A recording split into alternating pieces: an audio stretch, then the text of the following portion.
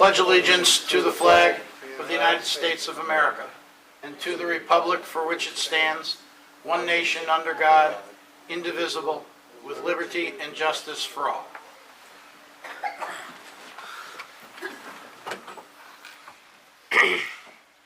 I'd like to welcome everyone to our meeting tonight. Before we get underway with the items on our agenda, I'd like to bring a few things to your attention. First off, the fire exit is located to your left. In the event of a fire, you will be notified by an announcement. If notified, please move in a calm and orderly fashion to the exit. Use either the front or the back stairs to leave the building. Our meetings are recorded by our secretary, Michelle, for the purpose of a record and minutes. So please, when you come to the podium, identify yourself each time with your name and your address, and speak into the microphone so that everyone can hear what you're saying. We will take the items up in the order that they appear on the agenda. There are extra copies of the agenda on the table to the right of the door as you come into the room. Once the case has been called, the applicant or their representative should come to the podium, identify themselves, their name, their address, and then raise their right hand. I'll swear you, and then they present their case. During the presentation, the members of the board can ask questions of the applicant as issues arise or as the case may be. Once that process is completed, we'll then open the hearing to public input. If you wish to speak in favor of the application, we'll call those first to come to the podium. You don't need to raise your right hands, just state your name and address. Then we'll call those who wish to speak against the application. After we've heard anyone who wishes to speak against the application, we'll then take people who wish to speak to the application but aren't sure if they're for it or against it or whatever. And then after everyone's been heard, then we'll give the applicant the opportunity to come back to the podium and address any issues that were raised during the public input portion of the hearing. Once all that has been completed, I'll close the hearing and we'll continue on to the next case. After we've heard all the cases that are on the agenda, we will take a short break, and then we will come back from the break and we will deliberate on the cases. There's no further input during that deliberation process. You're welcome to stay and listen to our deliberations. If you wish to leave, you can find out the result of the case by calling the Planning and Zoning Department tomorrow morning after 9 a.m., or if you get home in time, you can watch it on TV and find out what we're doing. During the deliberation, we take the cases in the order that they appear on the agenda and in which the applicants are still present.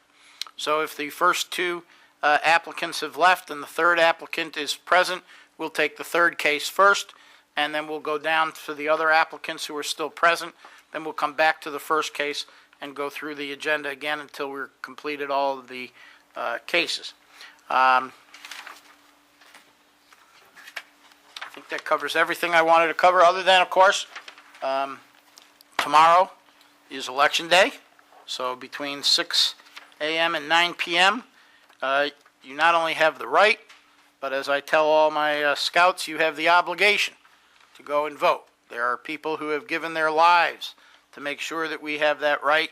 So to honor them and what they've done for us, make sure you go and vote tomorrow. It doesn't matter who you vote for or what your views are, as long as you go and vote. If you don't vote, then you've passed up an opportunity that there are millions of people in the world who would give everything that they have for that opportunity. So hopefully tomorrow we get close to 100% turnout. Something tells me that's not likely, but you can shoot for it anyway. Hopefully 100% of the turnout of everyone in the room will settle for that. So we can call our first case. Thank you, Mr. Chair. First item on the agenda is case number ZB 1311-1. Upon the matter of request by Sarah Snow for an area variance to install a 6-foot-high side yard fence and gate exceeding maximum allowable height on premises 203 Dewberry Drive in an R3 residential district. If you see our council leaving during the meeting and coming back, it's because the planning board is meeting in the room next door. and they have issues that require his presence as well. So I'm only billing for one appearance. he's only billing for one appearance though, so you don't have to worry about that.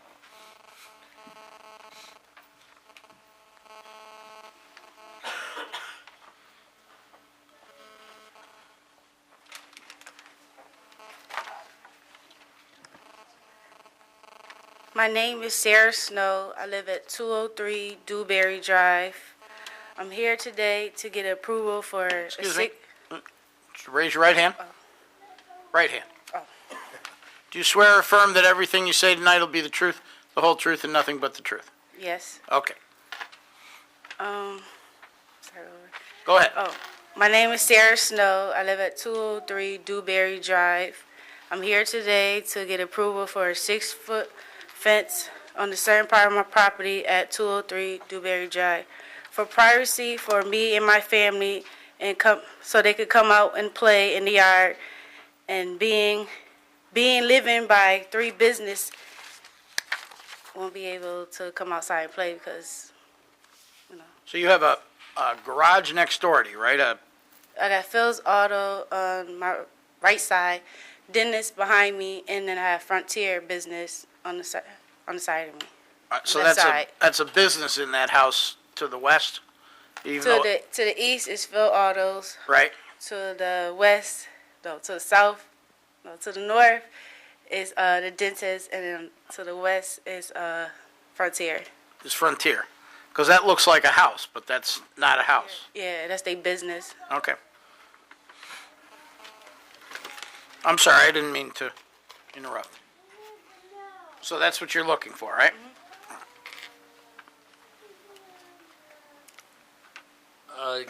Sarah, I'm just a question. On the map, or on the survey, you're showing the fence. You want it to come all the way out to the front wall of the house and go straight across the driveway. I take it you're going to have a gate there into the driveway, and then come all the way back. We get requests for some of these periodically where they want it to come all the way to the front wall of the house, and it doesn't look real nice. And the question that I have is, if you know how the front of your house is like a porch, kind of like an enclosed porch, it looks like it might be finished off now, sticks out. Yes. If the fence were to come up only to the front of the actual main part of the house and then cut across to the driveway? That's where it's gonna go. Cut Okay, across. because on this one, it shows that it's going all the way to the very front of the house. It's like on the side of the house. It's not in front, it's on the side. Right, but in other words, it comes up the driveway and then it cuts across the driveway. For the post to meet up. Right, Like this, across on the but side. if it could come back a little ways, so it's not all the way out to the front of the house. And I think I figured about 10, I'm pretty sure that porch was about 10 feet. I didn't measure it exact, but if it were to be brought back on both sides of the house, now on the other side of the house, there's a doorway there, right? On the other, right? It's like a back door on the side of the house. Right, it faces where the Frontier Yes. people are. And then if it just came back, again, if you brought them both back, it would still be so that that door would be private. The fence would be inside that door. Would you have a problem if we approved it just so it's not that far forward? Like, how far y'all trying to move it to, like, to the windows on the Yeah, you know how driveway? that front room has got all windows around it? Uh-huh. If you just brought it back to where the windows start in against the main building of the house. That's where it's gonna be. It's gonna end, like, where the window at, and then, So the windows are going to be out front yeah. with no fence around them. Nope. Okay, it doesn't spell that out well on the survey. I knocked at the door the other day to ask, and So I think what you're talking about is the main foundation line in front. right. Okay. Talking about moving this back here. They wanna move it back. That's where the windows at, Right, this is where the windows of the porch are. It doesn't really show in the survey. See, it doesn't show the porch on the survey, but this is where the porch is. So we want you to move this fence even with the porch. And this will be here too. Would that be a problem if it were brought back a little It's not a bit? problem. Okay, all right. I have a question too, because as I looked at the property from the front, it's a little confusing to get the layout of it, but you're really jammed in there, pretty good. And there's the garage, the actual garage behind your house, that's your garage, isn't it? Yes. But you're not including anything about that in this variance. Oh, So the 6-foot part of the fence would end at the back side of the house, but it's not coming across the back of the property? it's going across from the back and then on the sides. Yeah, But you don't need to worry about 6 feet back there, is that right? 6 feet in the back and 6 feet on the side because like his shop is like right there and, you know, want a little privacy because they have a window.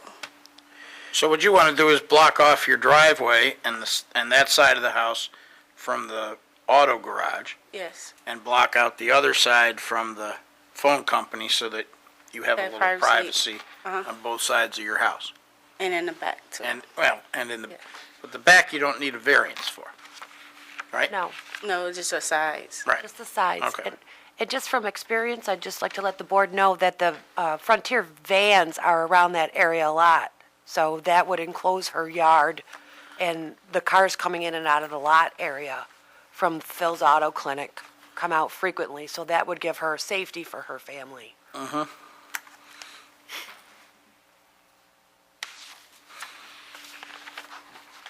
Do you know what the fence, yeah. I was just gonna say. I'm sorry, you're going to ask that too? Yeah. What the fence is going to look like? What kind of fencing is it? It's a wooden fence.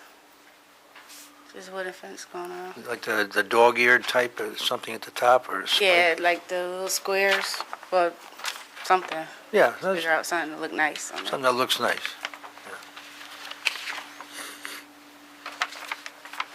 Any other questions from the board? Is there anyone here to speak in favor of this application? Is there anyone here to speak in opposition to this application? Is there anyone here who wishes to say something about this application? Seeing none, we'll close the hearing with respect to your case and move on to the next one. Thank you. Thank you.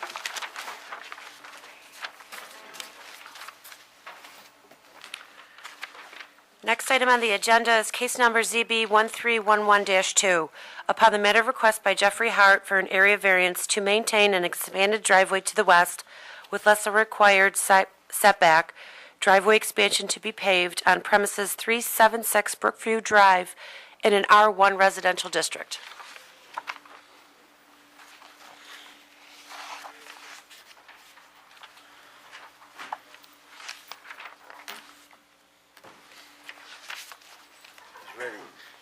Oh, I was waiting to hear your name and address, but Sorry.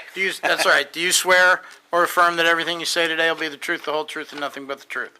I do. Okay, I'm sorry.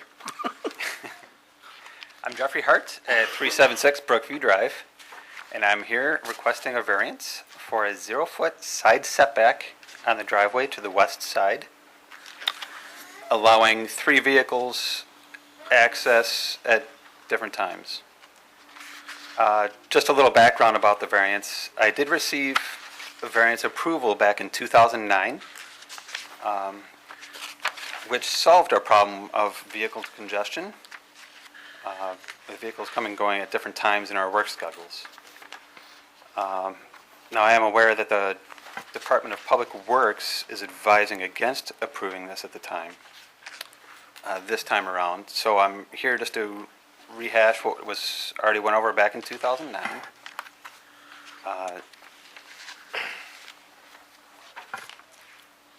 To go over why it was approved. Department of Public Works did bring up the fact that the reason they have a 2-foot side setback is to allow access for people getting in and out of their vehicles so they don't go over into the neighbor's property, which is not the purpose of this variance. We would still have a foot and a half of clearance, allowing my wife and I to get the kids in and out of the vehicle without going over the neighbor's property. Now, since the approval in 2009, the driveway has been widened with stone. So it's already existing, and it has solved our problems, and it's been working magnificently for 4.5 years. I was just not aware back in 2009 that the driveway had to be paved. Even though that was the plan from the get-go, is to pave the driveway from the beginning. We just ran into financial difficulties, and that is still in the plan to do. So the other thing that the department brought up is that why can't you just widen it to the east side? Now, unfortunately, that would be the west side, to 386 Westview. So yes, they're saying to widen it to the east side, which would bring it towards the tree. Now, which brings up a point. I'm afraid to dig into, widen the driveway that much further. I would dig in more into the roots of that tree, which I'm rather fond of, would like to keep it alive.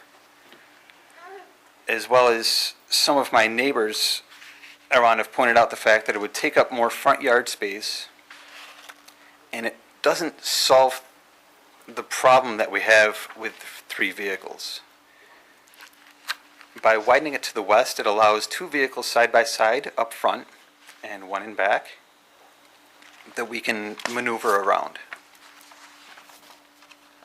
Now, by widening it to the east side, that would require 2 vehicles in the back of the driveway, and the one up front would have to go into the neighbor's property to go around. Which brings up the thought of, why can't you just jockey the vehicles in and out?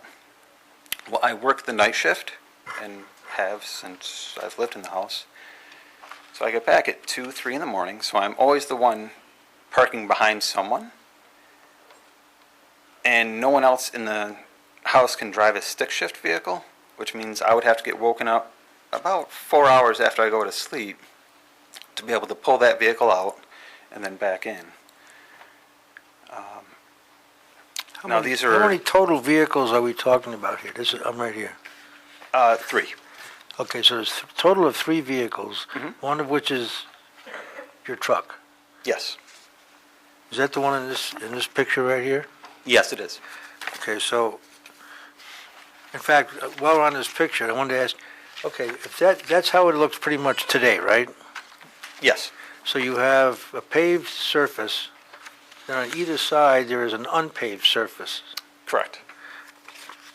Now, the side to the west, Yes.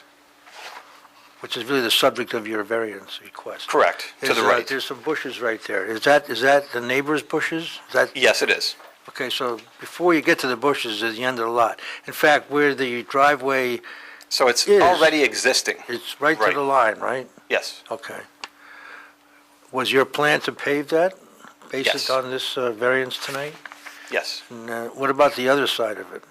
That will also get paved. The plan, I've already got estimates from different contractors, and I've chosen one. And so the plan is to dig up the existing paved section and then repave the entire driveway uniformly. It looks to me like on the east side, front lawn type of area, Yes. that tree doesn't even show up in this picture, so I know you're concerned about the roots and so forth, but I don't think you'd have a problem putting in a paving on that. It doesn't go that deep, right? Well, just doing the 4 feet existing there with a stone, Yeah. a lot of roots had to get chopped up. And one of the neighbors I spoke with, I do have signed things from surrounding neighbors. They also brought up the issue of going to the east side. And they came up with the same thing. They're like, well, that could further damage a tree. As well as the other neighbor said, it would encroach further into the front yard area of the house, taking up more of the grassy area. How long has the other section been the gravel way back? Since 2008. Okay, so you never knew that you had to have that paved, Correct. and you were granted a variance to have that done on that side? I was granted the variance back in 2009 to go the extra 2 feet from the 2-foot side setback up to the property line. Okay. Michelle, do we have a copy of the decision from 2009? So if it's granted, you intend on Okay. going this whole thing? Yes, that would bring it to a total width of 20 feet, which is well under the 35% aerial variance for the front yard space.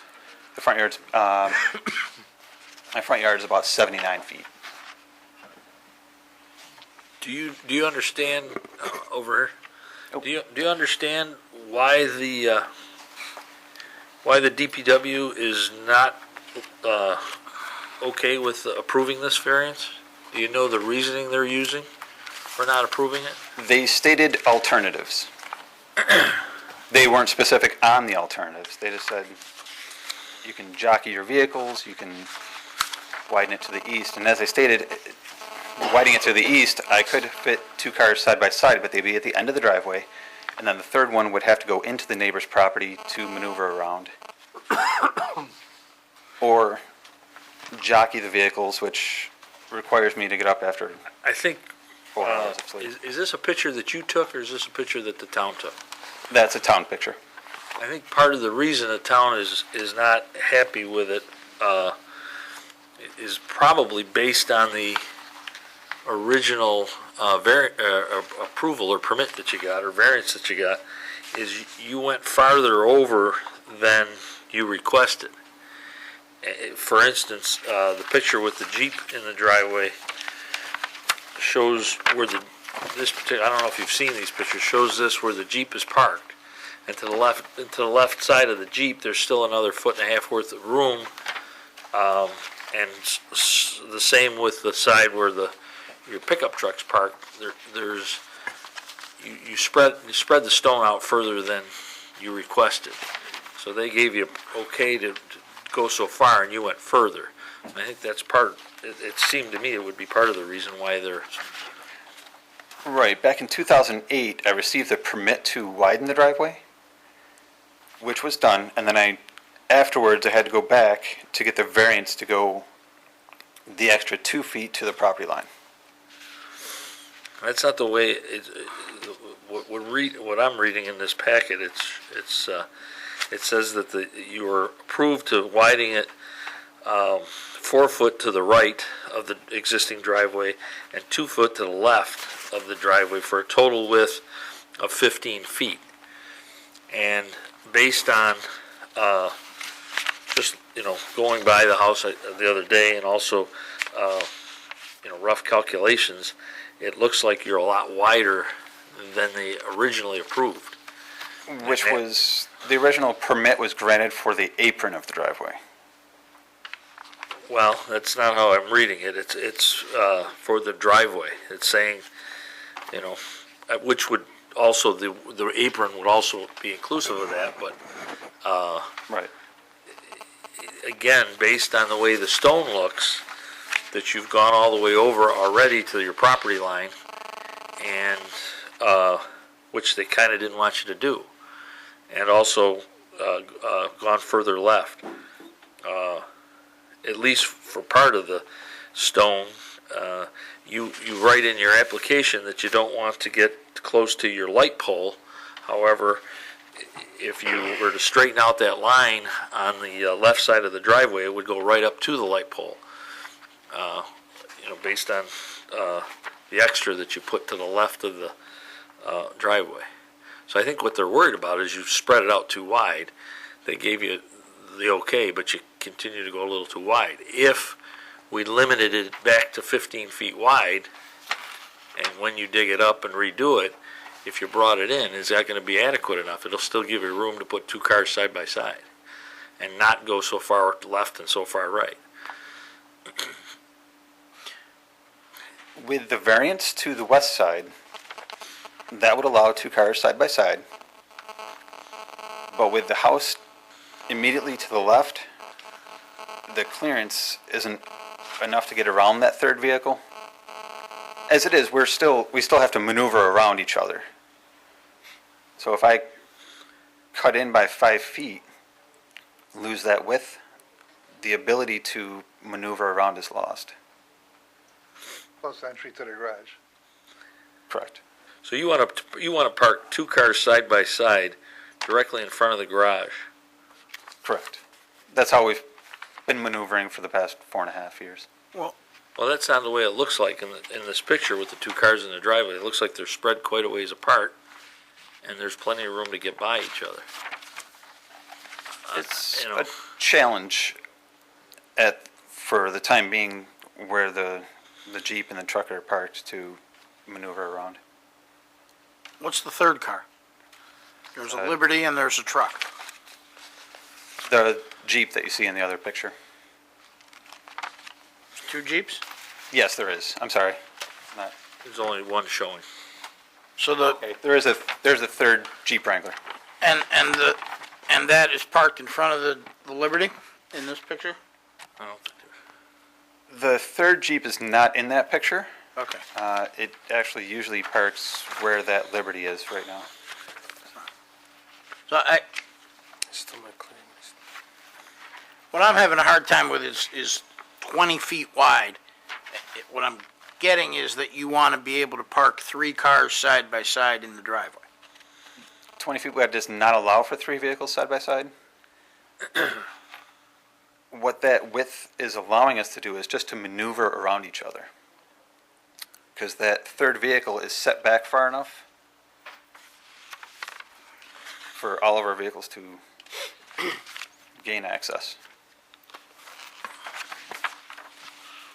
Any comment from your neighbor where the bushes are about coming right up to the lot line? Is there any, I don't know who the neighbor is. He may have written a letter. It should actually be in the packet, his signed Okay. affidavit, and then the other ones are just surrounding neighbors that view the property. We have a really good relationship. He has never had any problem. In fact, he would be here this evening, but he's an older gentleman in a wheelchair. No, I think that's critical. I think that's critical how the neighbors feel about it. Because, I don't know, maybe 20-foot wide driveway would be unpleasant to my eye. But I don't live on the street. I don't have to, Well- but the people that do, if they're okay with it, that makes a big difference. I mean, a 20-foot wide driveway, my neighbor directly across the street from me actually has probably a 22-foot wide driveway. But it's a double-car garage. And it's set back 2 feet from the lot line, right? Yes. Right. And I guess the problem that I'm having here is if I'm looking at this picture, what you're asking us to do is to allow you to pave right up to the lot line. Which is where the driveway's already at. Right, which is where the gravel and stone is now. Yes. Right?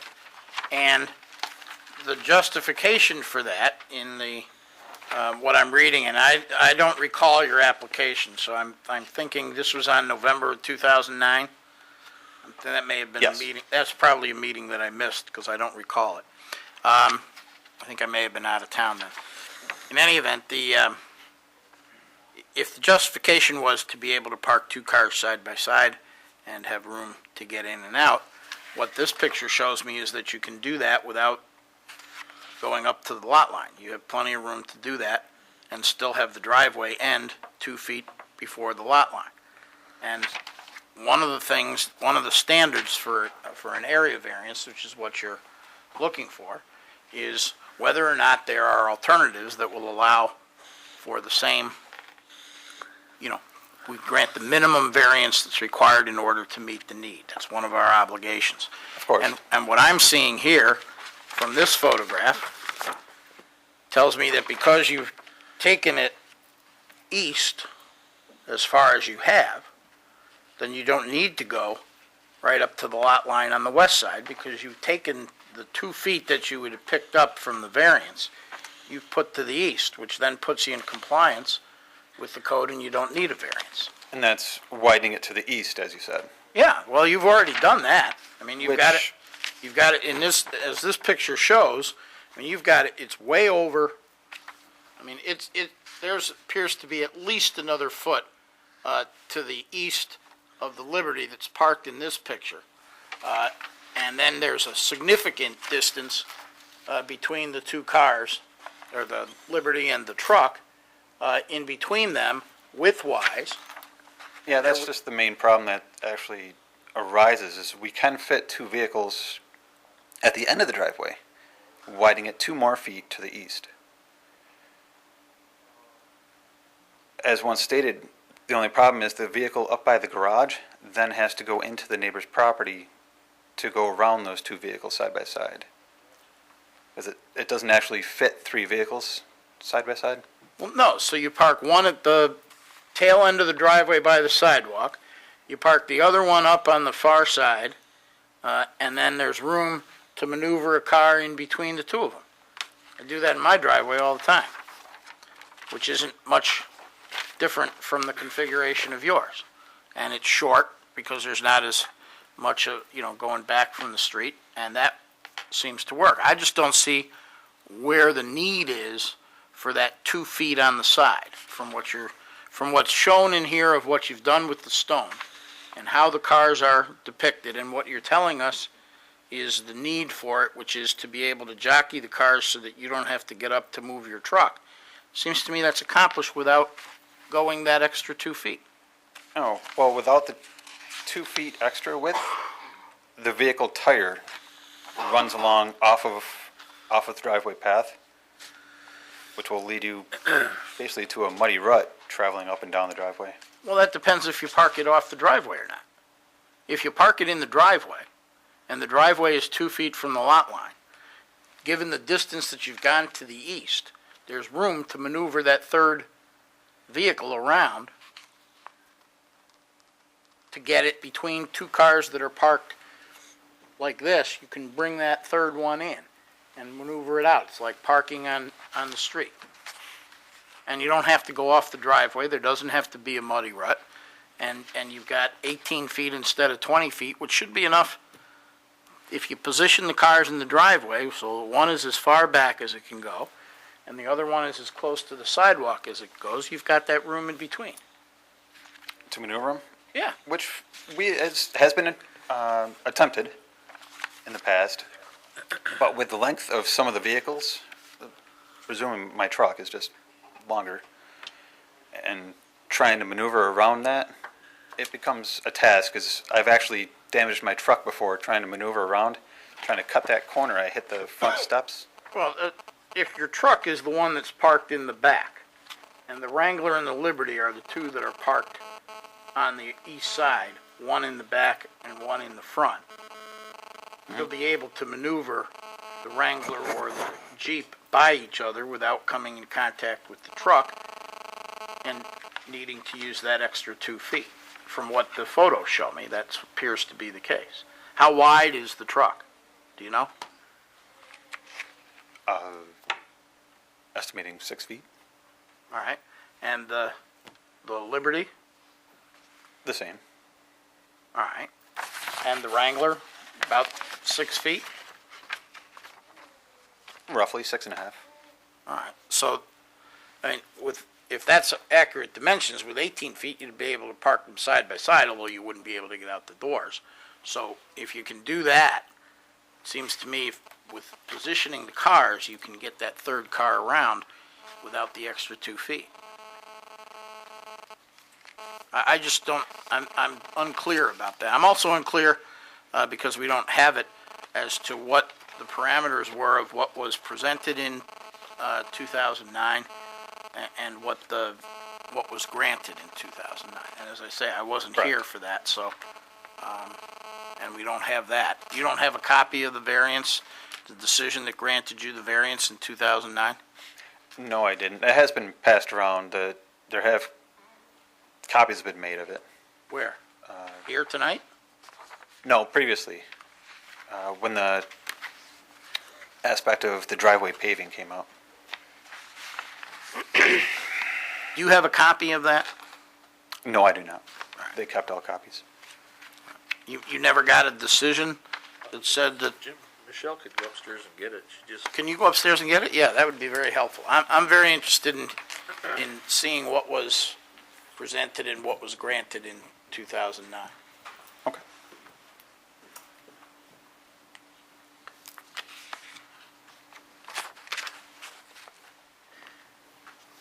Is this an instrument survey that you used at the time you granted the last permit? Are you familiar with this one? The exact same one. Exact same one? Yes. If you notice, they have in yellow, they highlighted a 2-foot setback for that? Actually, I highlighted the 2-foot setback just to, But that's what you want to eliminate. You want to go all the way to the lot line, right? Or are you okay with that 2-foot setback? that's the part, at the It time of looks my like you've last already- application, was I was trying to highlight the area where I was trying to widen. So Well- that is the 2-foot side setback that I was, If you're looking at this, the part that's check marked out or X'd out all along both sides of your driveway is the attempt, or that's the widening part that you've already done. The correct. problem is you've widened, you've brought it further to the lot line without permission. And you did That was my application for the variance, today. back in 2009. So I'm actually restating the same thing, just trying to get approval for that variance again. Okay. One of the things I'm interested in seeing from 2009 is how wide a driveway you were asking for. Because as I see it now, you're asking for a 20-foot wide driveway. And yet, Which was the same as back in 2009. well, that's what I'm interested in seeing, because I see that you have, from what you've done on the survey, it looks to me like there's a lot more that's been stoned in to the east than what's shown on this survey. And by doing that, and from what I can see from the pictures, it appears to me that by doing that, you no longer have a need to eliminate the 2 feet that you'd asked for the variance for then. That if you pave it 2 feet from the lot line and as far over as it is, that you'll be able to accomplish what you want without a variance. According to the letter we have here, Larry gave you until June of 2014 to pave just that one section? The purpose was to pave the entire driveway. Okay, because it says here, October 8, 2013, Larry held the fine and directed the building department to check the driveway again in June to make sure that the property is complied with, which means that all they were requiring you was to pave this part of the stone. That's what you had asked for originally. Was this done back when you asked for the variance? Yes. So when they directed you to hold the fine and pave it and then re-inspect it in June, were they talking about this section or that section? The entire thing, The whole section, everything? yes.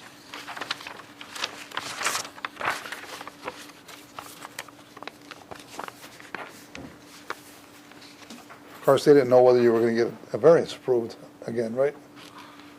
So I don't see how they could even have written that down, Well, the fine was just because you did For not the pave the original. disapproval of the code Right, having a paved driveway. right. But that was for what you were approved from on this section, wasn't it? The original 2009? Isn't this where you applied for the variance? Or was it that section? No, it was the west side. Okay. So he was going to give you till June to pave just the section that you were supposed to pave, not both sides. Well, because you interrupted quite, I wasn't aware at the time, but the whole thing has to be paved. Right, So right. this is a recent event Okay. for the fine.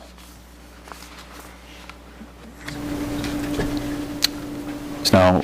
So did you figure out what the variance is for? To pave the entire thing to bring it up to code, but before I can do that, I have to reapply for the variance. And then apply for the permit, and then have everything paved. What did the variance show? It was for the 0 setback. I'm reading your letter of December 8th, 2008 to the Zoning Board of Appeals. In part, it says, if approved, a crushed stone base underlayment would be added 2 feet to the pre-existing 4-foot 2-inch extension already in place, which would take place in the spring with the follow-on asphalt in the late summer. The widening of the driveway to include the zero-side setback variance would help prevent the 3 occupants' vehicles and visitors from parking on the street, making it difficult for vehicle traffic and neighborhood walkers. It would also prevent mud ruts in the yard created by vehicle tires in the area of the proposed side setback affecting property aesthetics. The current condition has also caused delays in commutes to work with crisscrossing work shifts. At the completion of the project, the driveway will be 20 feet wide at the widest, with a 79-foot wide property dimension to stay well within the 35% aerial ratio of asphalt pavement to open front yard space.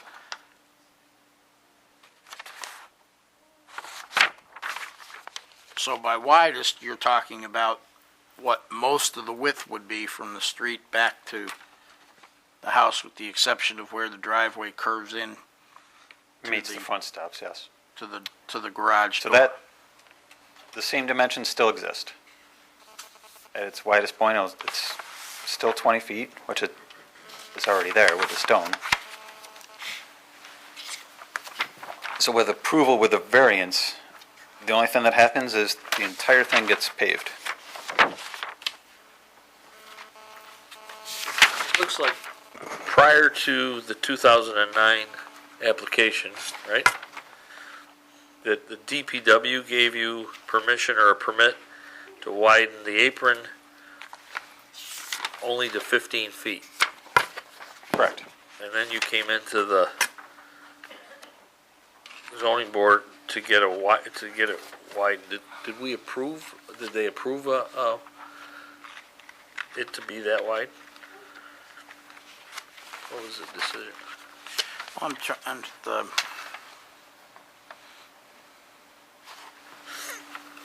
here it is. And I was here. Look at that. Can't remember them all. No. All right. The notice of decision that you would have been sent, all right, because there's a copy of it in here. It indicates that the benefit to the applicant does outweigh the detriment to the neighborhood or community, and therefore the variance request is granted as proposed per survey map prepared by Walter P. Lisowski, entitled Instrument Survey dated October 23rd, 2008, as submitted.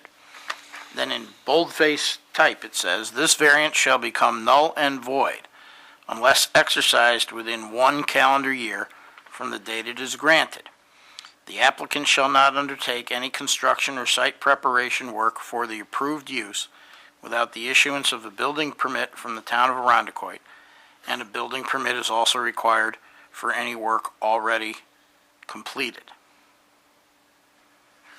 And we unanimously approved that. There was a vacancy on the board at the time, and it was unanimously approved by all 6 of us who were on the board then. That would have been myself, Mr. Santora, Mr. Eustis, Mr. Marasco, Mr. Intini, and Mr. Thomas. So, and what DPW is saying in their memo to us is that by not doing it within the year, which is stated in the decision, that it puts you back to square one. A lot of times DPW doesn't want the apron widened. They will let you widen the driveway. Right. And in this packet, the instrument survey shows the widening of the driveway, but not the apron. Right. And it said, and they said Do you that, understand it that way, or no? The apron was widened as I well. know it was, but based on this survey and based on the application, it was for the driveway only, and then DPW is saying they only approved it to be 15 feet wide.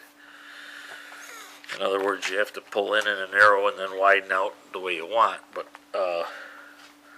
and the way it's shown on your request, and again, this is yours, you've got it widened up to the lot line, highlighted in yellow, but not all the way out to the road, across the in the town's right-of-way, the apron has to stay narrower. And I think that's why the DPW is not looking for it to be approved. That was January 5th, 2009 that we granted that variance. Right. And they said that they'd approved you widening the driveway by 4 feet to the right and 2 feet to the left for a total driveway width of 15 feet, Which it currently sits at. which is what it's currently at. Yes. Except you're telling us that what you've got there is what you want, which is 20 feet. So I'm not sure where the difference of the 5 feet comes in. And that becomes relevant to the 2 feet that you're asking us to excuse. At the time, it was unknown that a separate permit needed to be approved for the widening of the driveway itself. It was brought to my attention that I needed a permit to widen the apron, and I thought that was because it was town property. How big of an apron are you planning on having for the 20-foot wide garage, or for driveway? The same as it exists, the 15, 15. yes. But with the extra stone that you've put on the side already in the apron, according to the picture, you've already made it wider than 15. It will actually taper down to a narrow, Well, I think that's what they're worried about, that you're just gonna redo the driveway and go over all the existing stone and keep everything as wide as it is all the way up. And that's where they're saying they don't want a wider apron. And which you put in anyway after the fact, and I think that's what they're, I think that's just from vehicles. well, it That- looks like the west there's, side of that driveway is where everyone turns in from, so the stones well, there's spread definitely out. crushed stone in there. I mean, it's On the right side, there is. On on the right the left side. side behind the Liberty also there's, you know, it's on both sides. But again, that being said, if we were to approve it the way you want it, like it was approved before, they have a problem with the apron being narrower because the DPW does. No problem.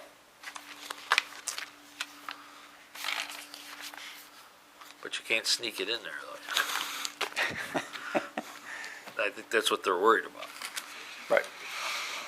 So it would maintain the 15, Maintaining a nice 15-foot apron, and then, and I did it on a previous driveway that had years ago. It came in at a narrow. I had a tree on the side. I couldn't go wider, but I Right. came in on a narrow and then made it wider. There's a lot of driveways in the town like that. And then you could park side by side. no problem with the All right. narrow apron. Problem is they're gonna be eventually doing the same thing, is driving over the lawn on both sides. And there's nothing you can do about it, and you're gonna end up with a unpaved driveway again. I've seen driveways, exactly what you're talking about. You have a narrower apron, a wider driveway, and after 4 or 5 years, you ended up with a driveway apron as wide as the driveway, only it's only stones, Or it's just mud. or mud, right? So, Put Well- some kind of marker there? I mean, you gotta look The at only- it from, The only problem you run into with that is it creates a divot, Yeah. which nobody wants to go through, so No, you have to learn to go around. I guess without having the DPW here and explain why they don't want it, Send in a memo, and they, you know, right? certainly they had every opportunity to be here if they felt that strongly about it. Any other questions? just to make sure, you have no problem with a 15-foot wide apron and the rest of it being granted if it goes that way? No problem. Okay. Anything else? Is there anyone here to speak in favor of this application? Is there anyone here to speak in opposition to this application? Is there anyone who wishes to speak to this application? We'll close the hearing. Thank you, sir. Thank you.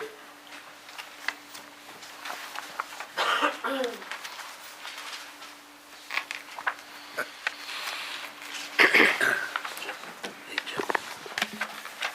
Next item on the agenda is case number ZB 1311-3. Upon the matter request by Robert Palermo for an area variances to maintain existing crusher run stone portion of driveway, gravel requested to remain, and with less than required side setback on premises 738 Brown Road in an R1 residential district.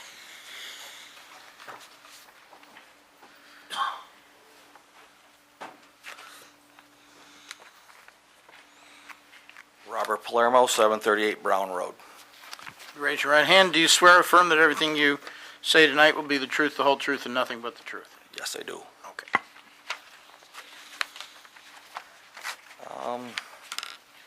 Just requesting a zero setback because when I put the new garage up, the overhang, the lean-to that's on the garage, tends to make me go off, actually makes me go off the driveway. It was a mud problem last year through the winter, and it broke the edge of the driveway up pretty good. And just looking to resolve it before the upcoming winter came around again.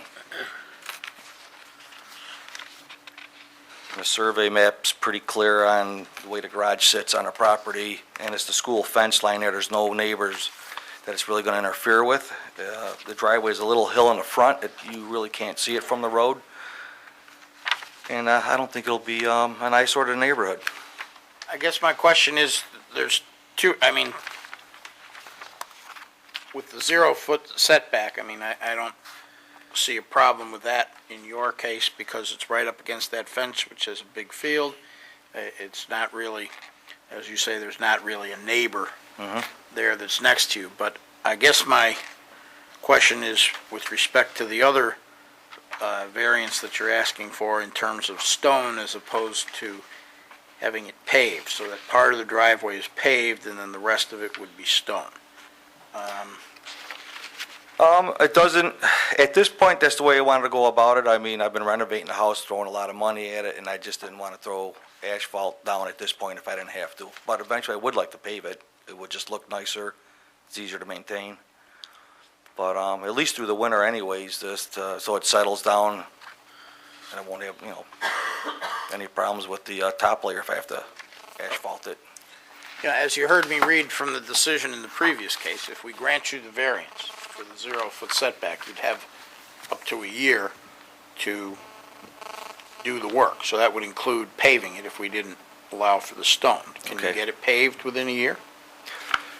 If I have to asphalt it, sure, I can get it done in a year. All right, because having it part stone and part paved, it doesn't look. Came out pretty good, actually. I don't know if you see the picture in there. You can almost barely tell the difference between the stone and the driveway. I stopped by and looked at it.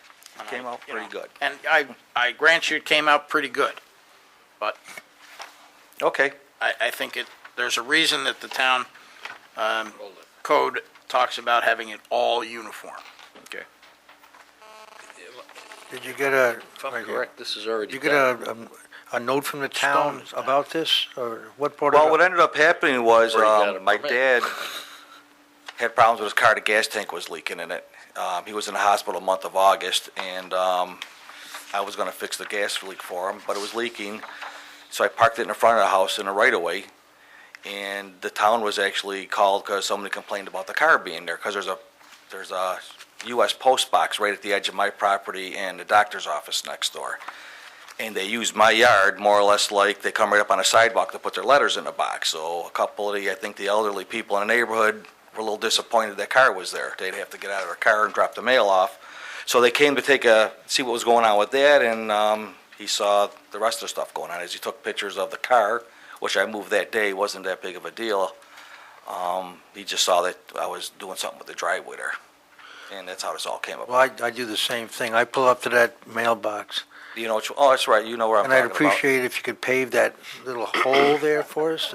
I tell you, that's on the agenda, it really is, because I tell you, some people pull up pretty quick there, dust, and they've warned the property right away. There's a 6-inch set, It should be fixed, yeah. definitely needs to They be think it's a fixed. drive up. Absolutely they do, and it's Yeah, not. 'cause I do the same thing. It's 4:30. Everybody does. 4:35. So I was gonna Pick up. propose that for the spring, possibly, that you guys can asphalt it. It's become basically a public, they think it's a public right away anyways. All right, so you've already put the stone in up to Correct. the 0-foot setback that you're now asking us Right. to approve. It's about 5 foot at its widest point. It varies from about, well, down to nothing up to about 5 foot at its, because the driveway's had a couple additions put on before I bought it, and it's not a straight line, so there's kind of a little jog in the center. If you looked at it, it's, You did tie in the It's been- barn nicely to the house the way you said you were going to the last time you were here. pardon me? I said you did tie in the barn and the garage Mhm. to the house nicely like you said you were going to the Like I last said, I've been time. trying to fix things. I want to paint the house next summer and get the roof on it, so I've got a lot of expense coming up on the property. The only problem that we generally have is people who start the work before they ask for the permission. Quite honestly, I didn't realize that it had to be asphalted, because I actually do have a survey from '94 that stated the whole back of this park driveway was gravel at one point, because it was commercial business for quite a few years, and it was gravel back there for the longest time. I'm not sure when they paved it. So I honestly didn't think it was going to be that big of an issue. I didn't know all the town codes. I just know that the winter was coming on, and I had frozen ruts last year coming in and out of there. It was just kind of and it didn't look good. Like I say, when the snow melted, there was mud in the driveway. So I just wanted to get some type of base down before the winter came, so I do park under that all winter long. Does Frank still own the property? Technically, yes, it's my house, but it's, I had to have it in somebody's name for a few years. We're working on it still. Is that letter okay that we have in there from the Yeah. owner then? Yep, there's a permission in there We'd done the same thing Last time. last time with with the respect barn. to the... Actually, I'm gonna be taking barn. care of that real soon, the property, the ownership.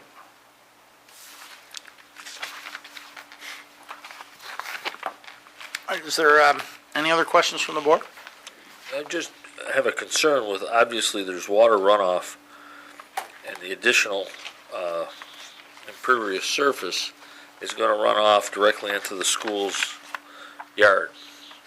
And now I realize the school yard, they probably don't use that particular area for anything, but I think part of the reason that it originally wasn't paved all the way up was to collect his own rainwater runoff. He's got quite a bit of asphalt driveway, and now 100% of it is going to run off to the neighbors, whereas before, it ran off into approximately 4 feet of 2 feet maybe of garden or grass or where the trees were. And now it's totally gone, and you're pushing all the water off to the next property. It sheds more than just one way. It sheds, because there is a crown in that driveway. A lot of it sheds right out the driveway to the street. And the school property has got a grade to it, so I don't ever believe it'll ever be a puddling issue or ponding problem. School, do you know if the school has any issues with it? No, I talked to a couple of guys that cut the lawn there pretty regular. They're there a couple days a week, and I've talked to every one of them. They're different guys that cut it. None of them had a problem with it. They saw what I was doing. They actually compliment me because I'm making the place look better. But I've never talked to anybody that actually, no, none of the school board personally, no.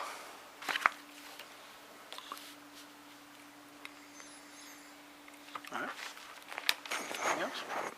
Is there anyone here to speak in favor of this application? Is there anyone here to speak in opposition to this application? Is there anyone here who wishes to speak to the application? Then we'll close the hearing with respect to this case. Thank you. Just for those who may be wondering, a couple meetings ago, we had someone who said they weren't speaking in favor or in opposition and didn't know when to speak. That's why we added the third category, to accommodate anyone who's not sure what they're doing.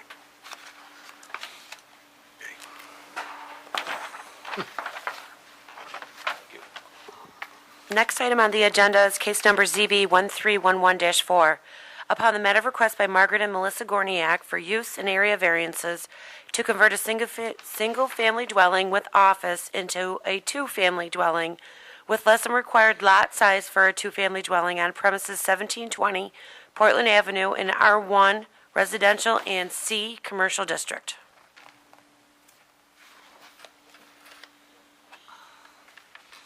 Margaret Gorniak. I live at 1556 Bayshore Boulevard, and I'm here regarding 1720 Portland Avenue.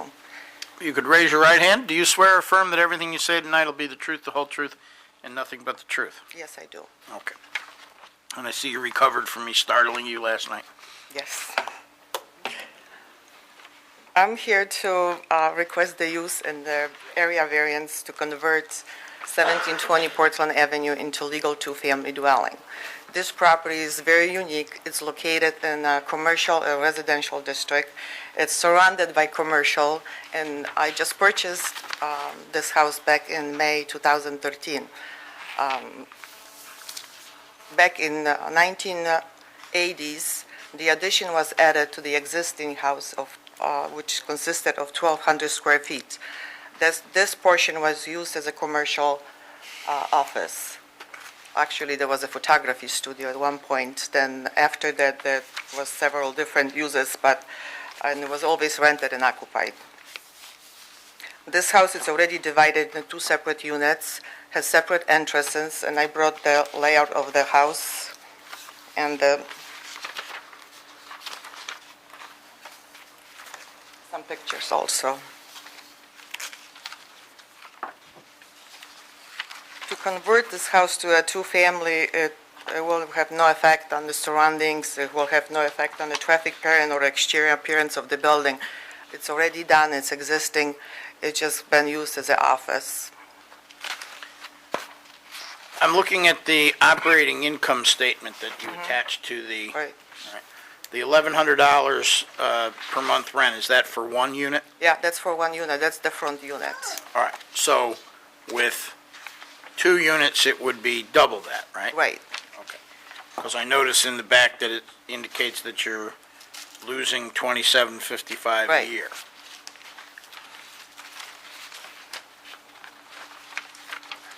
And the part of the property that is zoned commercial is to the rear, it's the rear of the property, right, so the zoning line comes down the middle of the of the lot. lot. And I think in your application, and at least in our discussions that I had with you last night, I think you indicated that you've tried to rent the back portion for commercial Yes, I did. purposes, and There there's was no nobody interest. who's interested because you can't really see it from the street. Right, it doesn't have a street frontage at all. It's everything in the back. This house, when I purchased it, was very neglected. It needed tremendous amount of improvements. It had extensive debris on the inside and outside. So right now, it looks a lot better for the neighborhood. So you purchased it as an investment, then? Right, I purchased the investment property. But you don't plan on living there? No, So it's going to be, if we approve it to be two-family, it'll just be strictly rental property? it will be strictly rental property. But it's done very nicely. It's not, Well, I guess my concern is, it may look nice. It may look very nice. But what I get concerned about, when the owner doesn't live there, who takes care of that place? Because you don't want it to get run down, you don't want it to be abused, I have It's a tough question, and quite honestly, I'm not crazy about having two-family residences on Portland Avenue, which is the entrance, so to speak, to the town of Arundecoit, to have two-family rentals as you come into town. It seems to me that it presents an image of, I don't know, maybe less stability, family-wise, that type of thing. And it might be the absolute best thing for somebody, I don't know. But when owners don't live in the town that they rent property out to other people, right away my guard goes up, because I hear too many horror stories about that. And I also don't understand why this was zoned two different ways, the same piece of property. I never heard of that, commercial for half of it and residential for the other. That's how I it understand she had a business there. Maybe that's why, I don't know, but. no, because the area is zoned like that. It's just not the building. There is a commercial the part is R1 and the part is the C commercial, so Yeah, the it's just the dividing board, line is- it's just the dividing line. Okay, so that would affect the houses next door also. Yes, it does affect the houses next door. There's two of them. Yeah, but, and those are the people who live there and rent. And they're not the same as mine. So it doesn't matter if there are two renters, as long as you maintain the property, go visit the property, they're always gonna be nice. Well, And you it do depends live- what you you live in rent. Arundequoit, too. And I do live in Arundequoit, and I have a rental in Arundequoit also, and I have no problems. Okay. And they're always well maintained. I'm just stating a, No, I'm just want to Concern, clear that's that I'm not, I'm Good to not do it. slumlord, I'm a good landlord. Also moved your business to Arundel. And I do also have a business in Arundequoit too. The two buildings next door, are those, doubles? Those are rentals. Are they double houses, or? I think I really don't know what's legal use of this property is, and I don't want to even comment on that. They are rentals. And I Are think they in vacant? one of them owner is living there. They're vacant right now? No. No? As I understand it, the commercial zoning is a certain back, distance off right. of Portland, so it's a line that comes down and then at some point goes, I think, on the back lot lines of the Right. house on that first street, right? So that Right. it's that area That area that right there. includes half of your My property. property. Yeah. You can always look at what's there when they make those lines. yeah. And the other thing that I would like to add, this house, it's, the bakery, it's one side, the rentals are on the other side, the funeral home is across the street, so it's all like commercial. It's not like for a residential person to, live there. And it's quite large. It's like almost 3,000 square feet. So when this addition was added back in 1980s, that was with the purpose to do that as a commercial. The lady added to have as a photography studio, which she have used that as a photography studio. So converting to a two-family, it's not it does not have any effect, negative effect. It has a lot of parking in the back, it has a nice garden in the back, and, Is this part of your property? yes, it is. What is? those- Garden, it's a oriental garden in the back. So I'm noting from the application and from what we've been discussing, that this is a use variance request Right, to allow for residential use in a commercial. right, And because it's a use variance request, the applicant has to show that they're unable to realize a reasonable rate of return as it's currently zoned. And I think you are the first applicant that I can recall who's come to us with an initial application that contains dollar and cent proof that we tell everyone they have to have, and that usually we adjourn the case for a month or two so that they can come back with. And you've laid out what the rental income would be, and you've gone through a 12-month projection, and you've shown what the expenses are, and a loss of $2,755 per year for 230 negative per month as Right. it's currently zoned, and you've made efforts to rent out the property as it's zoned for commercial use, but because of the factors that we've discussed, you're not able to do that. And so converting it to a two-family residential unit would enable you to have a positive cash flow and realize a reasonable rate of return on your property. Is that correct? that's correct. How long have you had this property? May, I purchased it in May. Versus May. And you have tried to rent the back out Yes. as an office? Yes, I put on a Craigslist, I also spoke with Joe Canelani from Park Avenue Realty, who does the commercial, and he said it was very hard, there was no interest. And And if you look at the sat vacant picture- for a long time before it you said bought it, right? 2 years. 2 years. They had a hard time to sell this property because there was nobody wanted to buy it as a single, and to do the commercial, they didn't want to go to the efforts to the board and to obtain all the variances.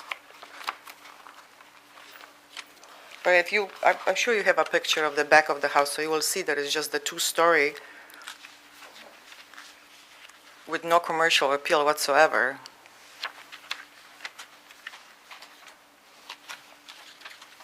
you have to do renovation to the back to make it into a livable home?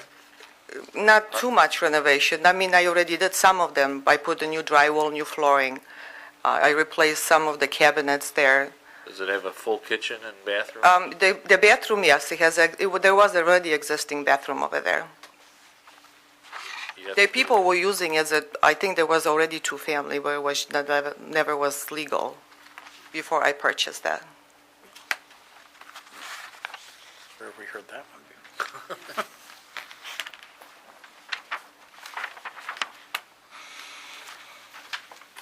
Any other questions? Is there anyone here that wishes to speak in favor of this application? Is there anyone here that wishes to speak in opposition to this application? Is there anyone here who wishes to speak to the application?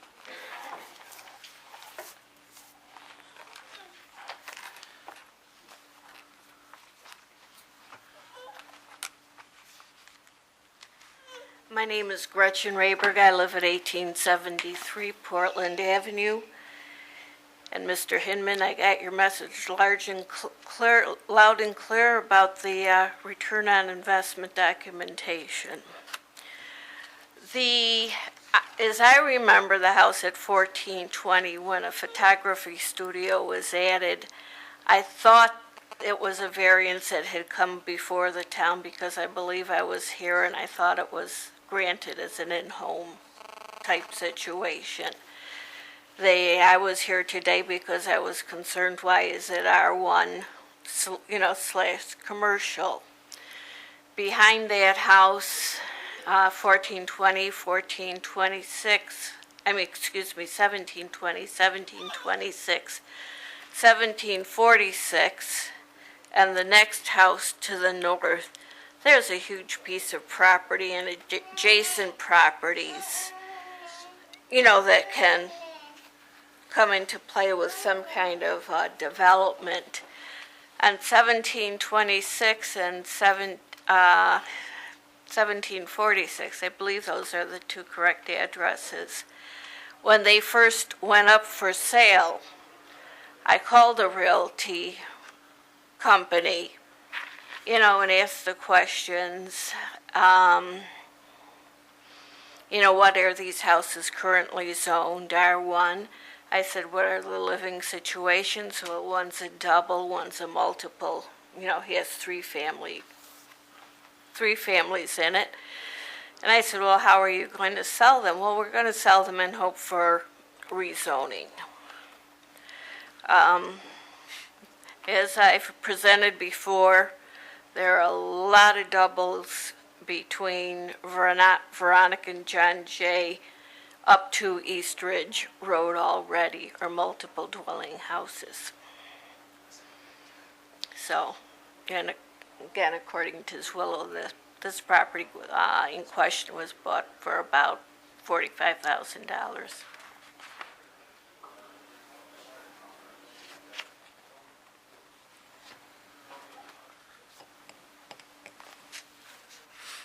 Is there anyone else here that wishes to speak to this application? Did you want to say anything more? The only thing I want to add to it, that I did purchase this for $45,000, but I already put over $30,000 worth of improvements in this property, and hoping that I get some money back out of it. I bought it as an investment. I didn't buy it to live in it. Is this all being done, the work you're doing with permits from the town, or? There was, the work that I'm doing, it's not requiring the permit. There was electrical work that was inspected by the licensed electrician and by the department of the, middle department of the electrician. So everything is done according to, Right, but I mean, right now, you're. right now I will have to go apply for a permit to do the plumbing on the other side.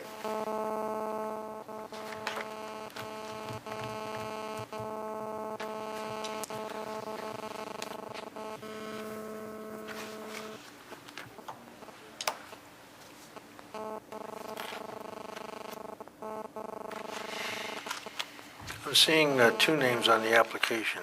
Oh, that's my daughter.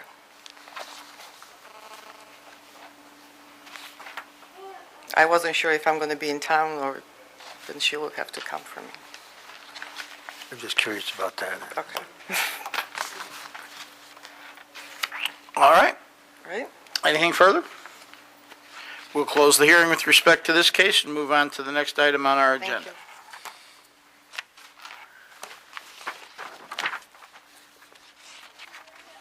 Okay, next item on the agenda is case number ZB 1311-5. Upon the matter of request by John Salvato, for area variances to construct a new single-family dwelling, existing dwelling to be demolished with less than required front and rear setbacks and exceeding maximum lot coverage allowable on premises 29 Madison Terrace in an R2 residential district. Good evening, Tom Zimmerman on behalf of John Savato and the both equitable partners here. So I'm here representing 29 Madison. Okay, if you could raise your right hand. Yep. Do you swear or affirm that everything you say tonight will be the truth, the whole truth, and nothing but the truth? Of course.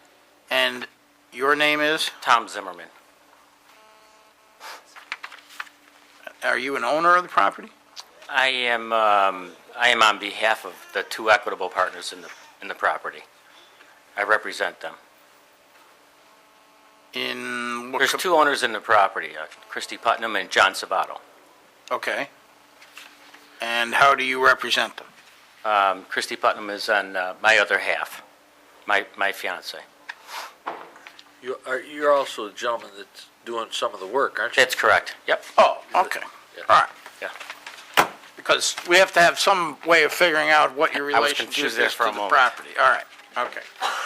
In any case, this evening, we're asking for a variance for a shorter setback versus the allowable. We're looking for a 22-foot setback for this home. If you see the new plans that we turned in this morning, the home that we're asking for is 23 feet wide, which is in accordance to New York State 5 feet side setbacks. And it's a 42 feet long house, which gives us plenty of room behind it. So the only setback or variance we're looking for is the 22-foot setback from the road to be in And- accordance with the rest of the street. Right, but when I went and looked at it, you're actually going to be setting the house Way back. back much further than the current one. Yes, sir. And you're not going to go as far back on the lot as the current one. Be a lot more green space. You're going up instead of out on a single story. That's correct. The home right now is currently approximately at its furthest width. It's 25 feet wide by 85 feet long, so.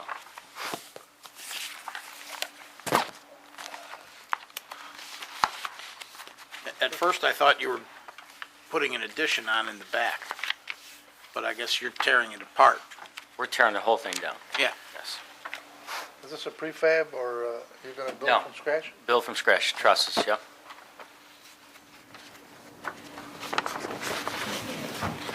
There's new plans that were turned in this morning. What you're looking at Yeah. this is the new, Right. yes. I thought it was a Right. That was the original design of the home, Okay. I noticed that. to get on the board. So by moving it back, you're going to end up with some driveway space. 22 feet, yes. So that street doesn't have too much parking on the front of the houses. And it's going to have a single-car garage as well, too, so. The original request was for 20-foot, 24-foot, and it looks like you had mentioned that you're cutting it back by 1 foot. It's actually a 23-foot wide. That's correct. We scaled it back just for that. We didn't want to go to the state as well. We wanted to keep everything on the straight, so simple as possible. Is this something that they're going to live in or sell? A cell. So you're going to keep it centered in the lot, so it's 5 foot on both sides? Correct.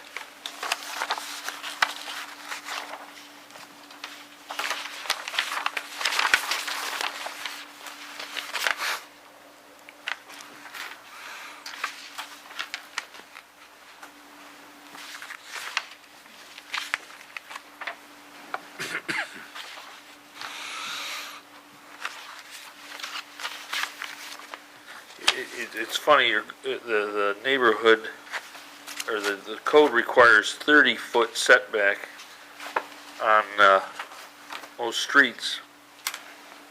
you're requesting 20 foot, the variance being 10 foot. However, most of those homes built on that street were obviously well before the actual town code of 30 feet, because most of them are 10, 15 feet, 20 feet at max on some of the newer ones. Correct. So it's well within the character of the neighborhood, I would think. And that's all we're trying to do. This will have a full basement? Or slab, or? We're undecided on the full basement. We're leaning towards a full basement, let's put it like that. Or a crawl space? Yes, absolutely crawl space, yeah. And I can see you're gonna straighten it out the way the other one was.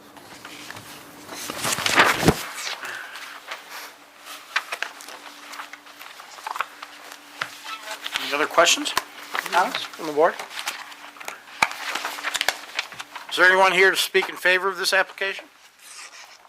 Is there anyone here to speak in opposition to this application? Step right up, ma'am.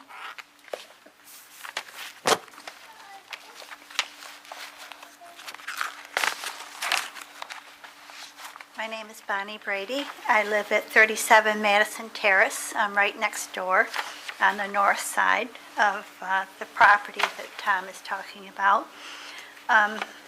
I think it's a great idea to put a new house there. We need to bring the neighborhood up to date.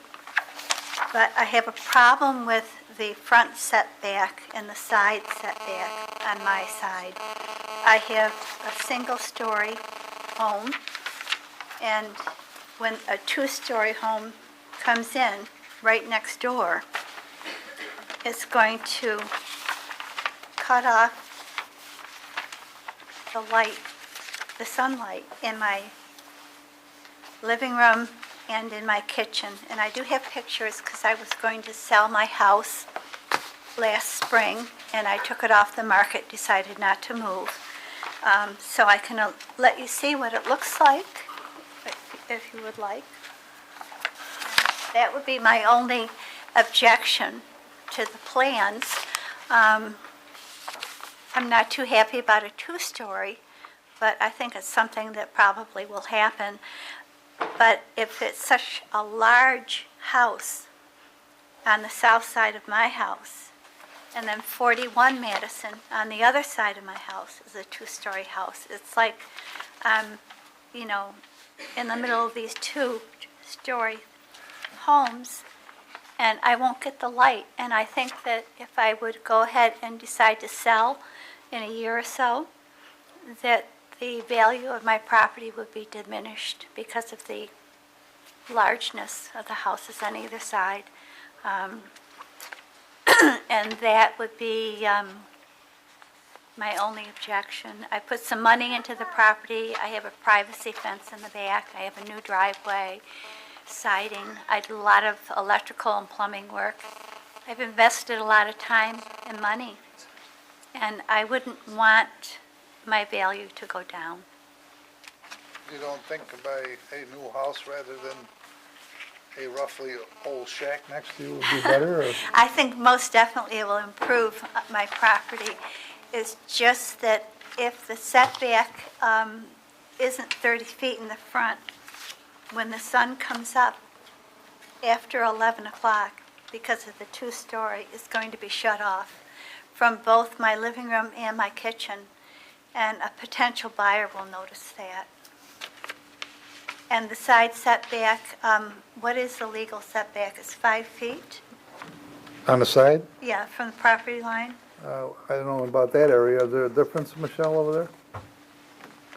I Is it believe the 10%? side says 10% of the width of the lot. Yeah, 10%. The side setback. Right. Okay, it's 33 feet. Yeah, so it'd be, And I really wouldn't like to see it, a variance. He's not applying for a side setback. no. I think I had it in the application that I received. It said, side setback is only 1 foot wider than allowable. It's- No, front setback, neighborhood average, but in all cases at least 30 feet. Okay. He's looking for the front setback and the rear setback. But no side setback? No, ma'am. Okay, well then, it's just the front setback that I have a little issue with. Front and rear. No, I have no problem with the rear setback, Okay. whatever they want. I'm good with that. The current setback, what it's currently setback is 2 feet 3 inches, maybe?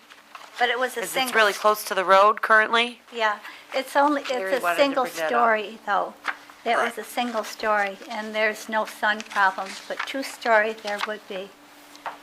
So, It's actually being set back further than the existing house, yes.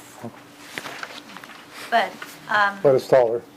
but it's, the code says 30 feet, but he wants 20, so I'd have this big, tall thing right there. Well, the part of the reason is if he, the house is 40 feet long, what he's putting in. So by having, it's a 100-foot lot, so if he had 30 feet setback in the front, well, actually, wait a minute. I'm looking at this, something's not adding up right here. 40. It's a 100-foot lot or an 80-foot lot? Says 100. The house is going to be 40 feet, and it says a 20-foot front setback and a 20-foot setback in the rear, which adds up to 80, so there's 20 feet missing somewhere. Or I'm not reading the map Enter right. the podium. Yeah, come on up. Actually, we're not asking for a variance in the rear, and we're not asking for a variance on the sides. The Right. original plan that we turned into the town was a replica of what we wanted to build. We had Joe O'Donnell lay it on paper as 23 feet wide versus 24 feet wide because of the 5-foot New York State side setbacks. So we went to 23 feet versus building a 24 feet wide, so we didn't have to Well, I think disrupt the zoning board or the state. what you're referring to is, the And as- house is 40 and this is 20 and 20 is not 100. It's 80 feet. We're not asking for we're not asking for a variance in the back. We're only asking for No. a front setback, 22 feet. No, I understand, but my question is this, according to the survey, it's a 100-foot deep lot. That's correct. And what you've laid out on the 20 survey, feet back. it has a 20-foot setback, Correct. followed by a 40-foot house, Uh-huh. and then this arrow's here between the back of the house and the back of the lot is labeled 20 feet, So it's 80, so there's like. which 20 adds up to 80 feet, so there's 20 feet missing. I think that was actually the deck that Larry Henninger talked about, a 16-foot deck in the back of the house.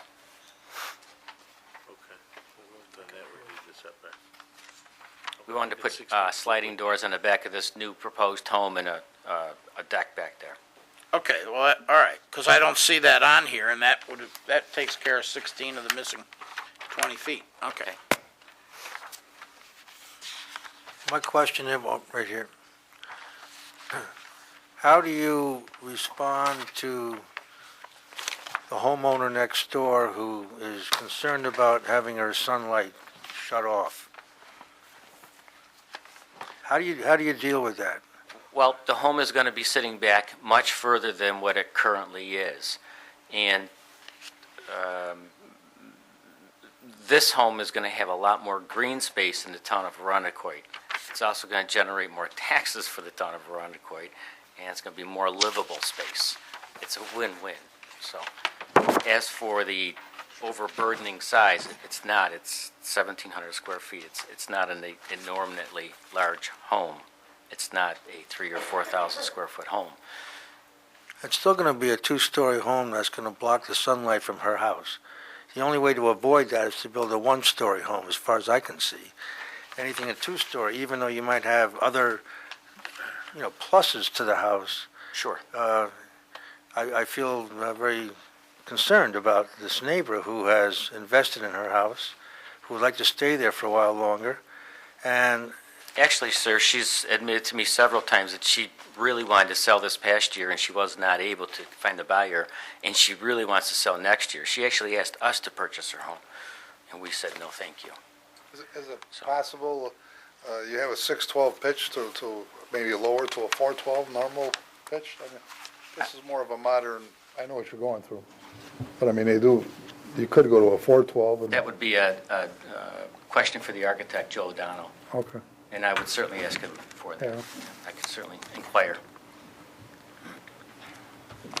I didn't finish my thing before you kind of shut me off there. Oh, sorry. Not you, Carmen. My apologies.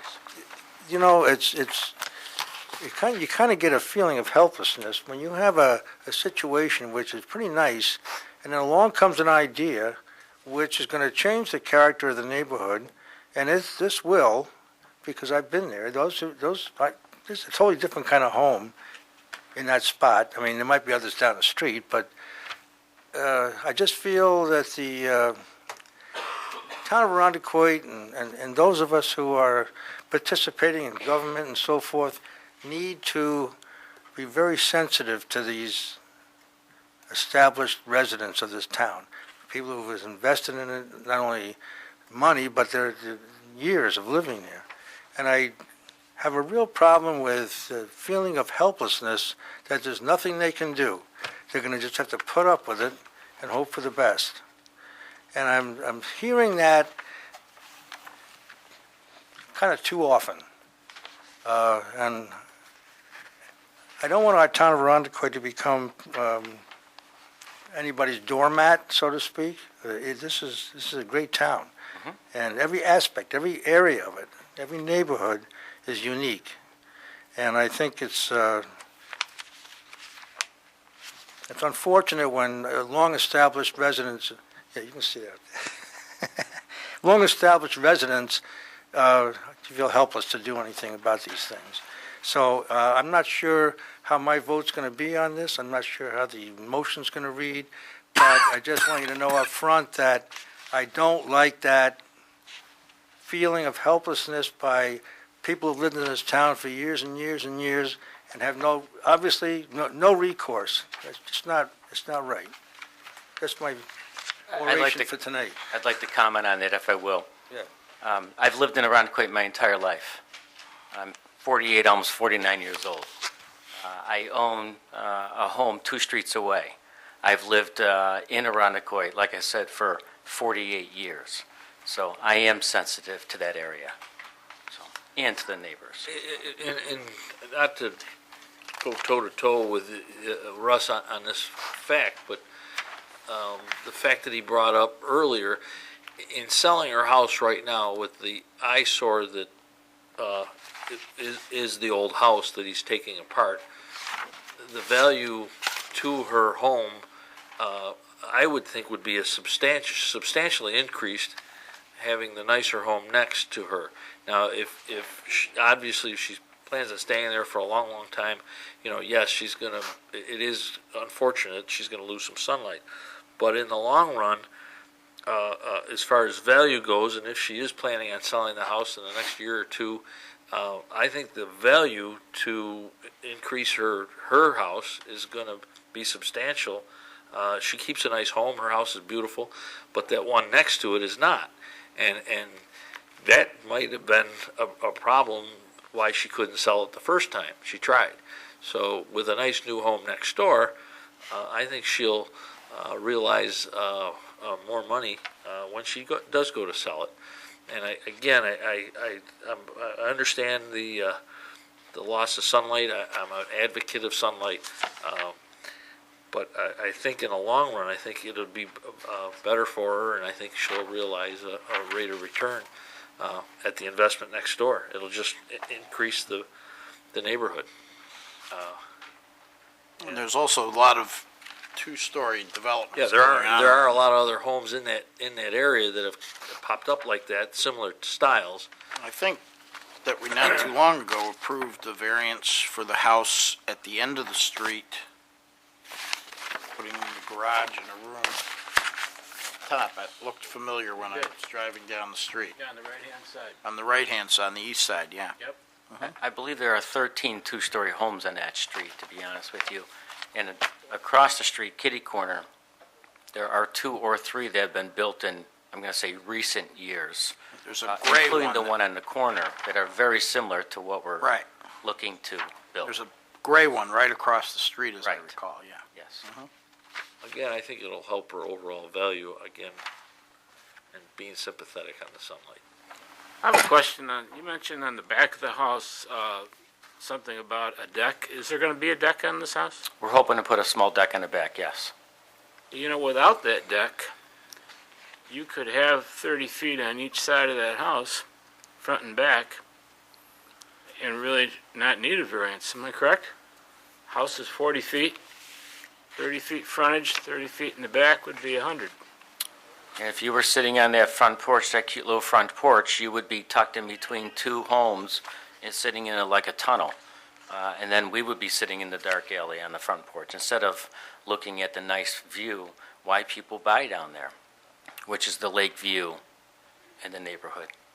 So that's why we're asking for a 20 feet setback. Okay, no, I understand your point. Sure. Also, I understand the value of the deck as well, but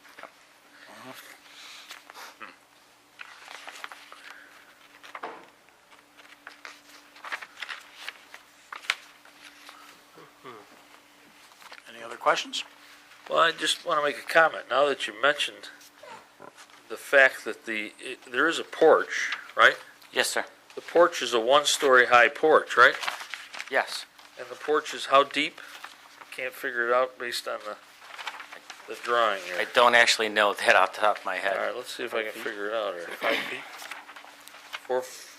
7 foot, 7, 8 foot porch? yeah. So the front part of the house, with the exception of the garage, 5 feet, 5 feet deep porch? according to the dimensions on the side of the drawing, 5 feet. Okay. So that entails that side of the house, which would help collect or not collect sunlight, the front part of the house will actually be 25-foot setback as opposed to 20 on that side. So that side of the house will help the angle of the sun coming in. Again, I know it's minimal, but it's puts you back to 25 feet on half that lot, which will help her sunlight in her front room. If that's going to be so, and he sticks with the 1-story porch instead of a 2-story, and I'll withdraw my objection. I don't believe, is the second story going over the top of the porch? There was never a 2-story porch proposed. No, but a second story, is the second story of the house, in other words, one of the bedrooms, no, because there's a roof on that porch. No, it's, So it is going to be a 1-story porch. that's back, it's 1 story on that side. Yeah, it will be 1 story, so you're 25-foot setback on that side of the house. So that'll help your cause. Then I'll withdraw my objection. Thank you, Bonnie. All right. Thank you. I'll take my Good point. yeah, there you Then go. I think the gentleman here indicated he wanted to speak also, is that right? Since we sort of merged in there. I'm Al Fitnick. I own the property at 23 Madison Terrace, which is on the other side. I didn't see the most recent plans. All I saw was the plans that were shown to the town 2 weeks ago. Basically the same home, Al. The only difference is the width of the home is now 1 foot less. Right, it's 2 foot longer also. What's the total height of it going to be? Do you know, Tom? I believe it's 17 feet. 17 to the eve, and then a 612 pitch over 42 feet. Let's see, that would be 21. It would be 10 feet at that peak. So it'd be 27 plus what, the foundation? Yes. Plus the foundation, which looks like it'd be about 30 feet tall, right? Am I correct? No, that's way too high. It's too high? Yeah. Okay. After you're going with 8 foot and 8 foot, and be 16, 612 is probably another 7, 8 feet. It's Well, 20 over a 42-foot building, a 612 would be 21 Right. halved, which would be 10 feet. Yeah, so Yeah. that's why, Plus 2 8s and then two 2x10s. about 2 foot on the bottom, yeah. Yeah. That's why I mentioned lowering it to 412, but that's something for the architect. Right, right. The questions I actually had for the board were, the original variance was for increase in lot coverage. Under the 25% rule, they were supposed to have 825 square feet that they could cover, and they were going for 960. Obviously, with the lengthening of the house and the narrowing of it, it fits into that 960 feet. The question I had was, as far as there was talk of a deck tonight, is the deck part of lot coverage, and is a separate variance going to be needed to build the deck to expand the lot coverage beyond the 29% requested at tonight's hearing? I believe if the deck is on the, off the second story, which It's off the second story? if it was, it'd be to their advantage, but if it was on the second story, I don't believe it has anything to do with the footprint of the house. Right, Michelle? I believe it's on the first floor, First floor, right. Right? first floor off the back. I mean, considering the lake view and all that, I mean, it would, and that, just the second floor is a master bedroom, which probably would be a heck of an idea to walk out on the second floor. You can't see the lake from there. And Well, but that's pretty high up. And I believe the code says something to the fact about that it has to be covered for lot coverage. Right, Coverage. Covered, So yeah. it won't be a covered deck, right. Okay. it'll be a deck. Okay. As far as the setbacks are, they originally applied for going from 30 to 20 front and rear. Am I to understand that now they're requesting a 22-foot front setback where the house is going to start and it's going to go 42, and then the back lot's going to be about 28? No, about 38, and then the deck is going to cover about 16 feet of that? Is that what you're saying here? That's what I was figuring out, yeah. Yeah, okay. Okay, as long as I understand the plan of the house. My problem originally was with the 20-foot front and rear setbacks, if it was possible for them to build a 60-foot-long box on the piece of property, but obviously that's not going to happen, so thank you. You're welcome. And I'm glad I got to see the plan. Thank you. That's that other 20 feet that was missing earlier. Right. All right, anyone else wish to speak with respect to this application? Yes, sir.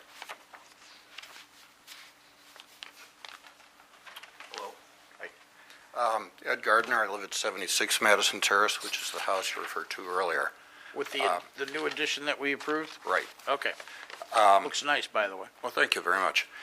I don't know much about this project other than what I've learned tonight, and I'm generally very much in support of it. I mean, it's one of the few houses on the street that's kind of a dump right now, and improving it will only help all of our property values. So I feel very much in support of it from that point of view. The only question I would have, and I think I don't have to worry, is that it not be billed as a double, or that it be intended to be owner-occupied. With those two caveats, as a neighbor, I support it. Thank you. Is there anyone else that wishes to speak to this application? Is there anything else that you wish to? All right, then we'll close the hearing with respect to this case and move on to the next item on our agenda. Next item is a tabled item, case number ZB 1310-6. Upon the matter of request by Joe Giorgione for an area variance to install building-mounted signage at Medical Office Building on premises 2701 Culver Road in a R6 residential district. Before you begin, we have a procedural matter that we need to take care of. So, I would move that we take this application off the table so that we can consider it tonight and have a hearing. All those in favor say aye. Aye. Aye. Any opposed? Motion carries 6 in favor, no opposed, 1 absent. I moved, and Mr. LaPerry seconded. All right. Now you may start. Okay. Good evening, Mr. Chairman. Good evening, Board. My name is Frank Imburgia from FSI General Contractors. I'm here tonight with Dr. Seth Seidman, the developer of 2701 Culver Road. As I'm sure you're aware, Could raise your right hand before you go further. The other right hand. Do you swear or affirm that everything you say tonight will be the truth, the whole truth, and nothing but the truth? I do. Okay. Sorry about that. Should I finish off where Go I left ahead. off, or just keep going? Right where you left off, let's go. Anyways, I'm here with Dr. Seth Seidman, the developer of the property. As you know, we've recently completed this building in the spring. As of right now, we have 3 tenants in the space. We have about 4,000 square feet of vacant space right now. In the process of leasing this property, you know that signage is critical to obtain tenants and keep tenants and for them to be prosperous in the town of Arundecoit. This is an R6 district right now. It doesn't allow us to have much in the way of adequate signage for the building. I think what we're requesting tonight is not over the top, but it's something that's necessary for this building to be viable in the community. We have a significant investment at this point, and it's been a very positive experience working with the boards here and everybody here in Arundecoit so far, and we're really happy to have this building. So you have the packet in front of you. If there's any questions, I'd be happy to answer them at this point. I assume that Rochester Brain and Spine and Rochester Urgent Care are the tenants? Right now, we have Petrella and Petrella Certified Public Accountants up on the second floor. We have Rochester Brain and Spine up on the second floor. Rochester Urgent Care is under construction right now. Hopefully, will open within the next 45 days. On the And first then- floor? On the first floor, and then we have the vacant space, which would be to the north side of the building on the first floor.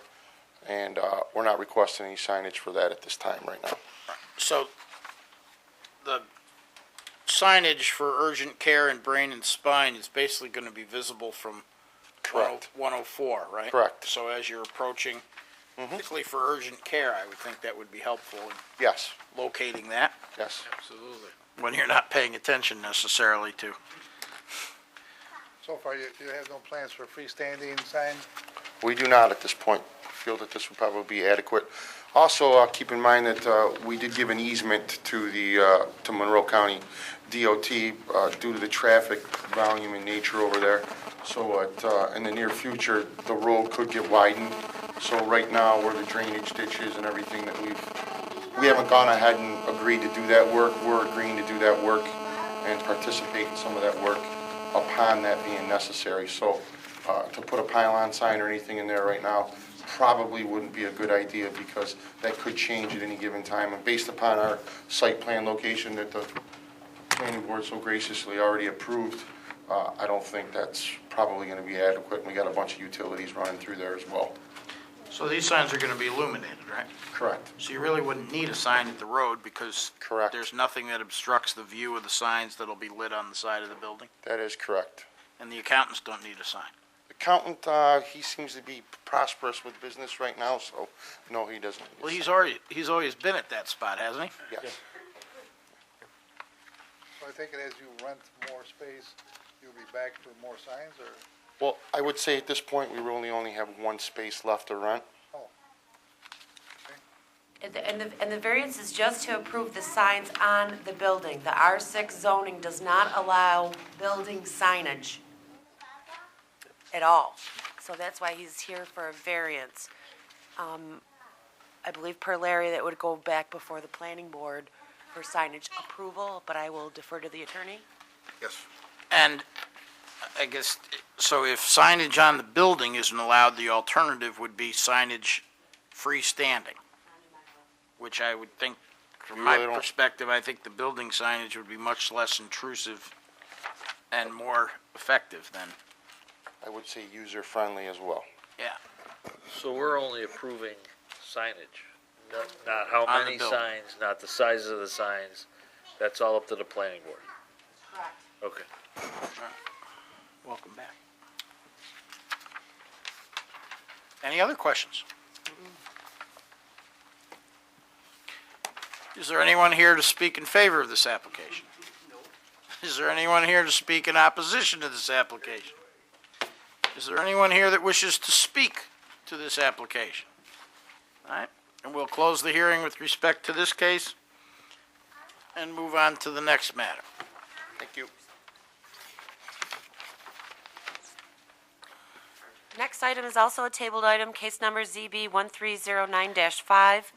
Request by Michael Kriego for an area variance to park store 2 recreational vehicles from April 1st to November 1st on driveway and front yard, exceeding the number of recreational vehicles allowed to be parked in front yard, and for a utility trailer exceeding maximum size allowable on premises 230 Avondale Road in an R2 residential district. How you doing tonight, gentlemen? Good. Mike Rigo, 230 Avondale. If you'd raise your right hand, do you swear or affirm that everything you say tonight will be the truth, the whole truth, and nothing but the truth? Yes, sir. About to do that now. We need to make the motion first, though, as being pointed out. I would move that we take the application concerning 230 Avondale Road off the table so that we can consider it and conduct the hearing tonight. I'll second that. All those in favor say aye. Aye. Any opposed? Motion carries 6 votes in favor, no opposed, 1 member is absent.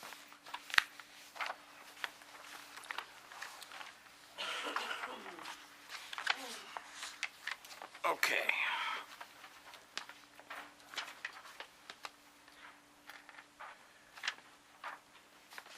When we were last here, we had 2 discussions that I recall. One pertained to your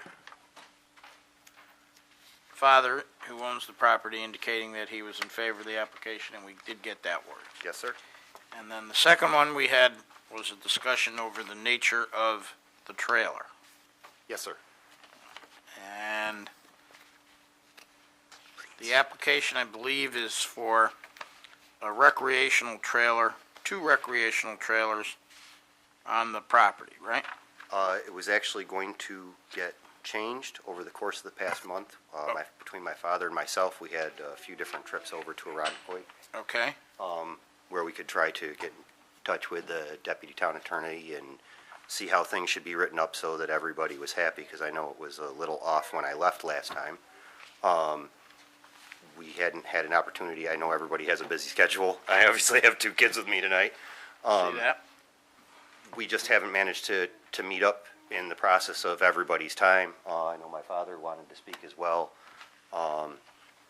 We've tried to see what we could do. One trailer is no longer or going to be in front of the house, the property, the smaller trailer, and the other trailer, as my father wanted to speak to, was purchased as a car hauler, not as any type of business trailer or anything like that. It has been retrofitted back to the car hauler that it was purchased at, and no extra frills or anything on it. It's just a car hauler. All right, so where's the other trailer? The other trailer is in the backyard at the present time, and will be moving off the property shortly. So you're talking about having only one then? There will be 1 trailer there. Which one of these would it be? The car hauler, sir. This trailer will be leaving. Okay. Right now it's currently in the backyard, but it will be gone before the end of November.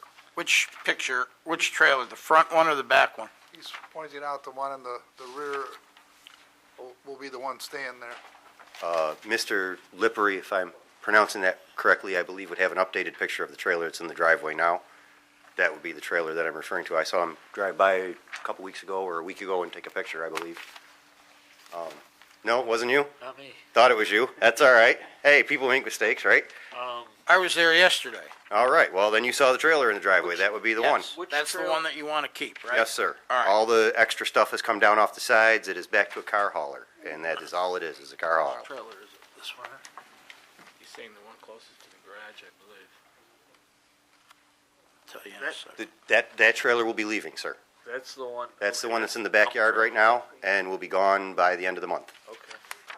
So the other one that's kind of like a lawnmower slash. Yeah, but it doesn't look anything like that one anymore.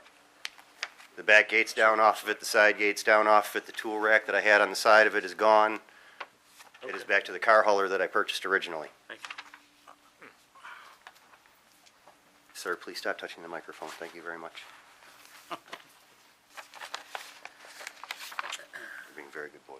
Also, I noticed that the pile of dirt in front has been reduced. There's been all sorts of stuff that's been happening over at the house, sir. I can see that you've been doing work on the property. Looks much better now than it did the Continuing last work on the property. It never really stopped. time. And it will keep going that way.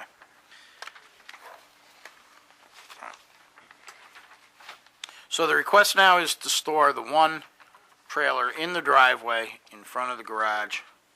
As far as legalities is concerned, I don't have anything that's against town code anymore. I'm going to be putting the trailer in the backyard for the winter season. I'm down to one car hauler, one recreational trailer. That you want to store in the driveway, No, it'll be going in the backyard before the end of the month. so then you don't need a variance. No, sir. So you're withdrawing your application. Yeah, I guess. Well, I guess. Big question was, everybody, when I watched. Here, I can do like it all the time. It's not a record. I was gonna get that sucker in the backyard. Right. Commercial. Right. Was the question he wasn't gonna do? Hi, my name is Jack Kriego. I live at 115 Briar Lane. And when my son was up here the last time, there was a question of everybody on what type of trailer this was. And if you guys are taking it back to where it's a recreational vehicle or realize it's a recreational vehicle, then there's no problem. But if it's going to be said it's a commercial trailer, I have documentation here to prove that it's not. Well, show us what you've got, because I'm not sure on what.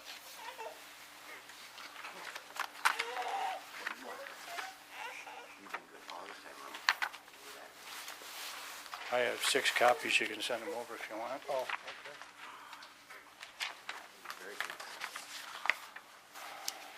okay. We're looking at this one? Whatever one you want to talk about. Are they all listed as recreational trailers, or?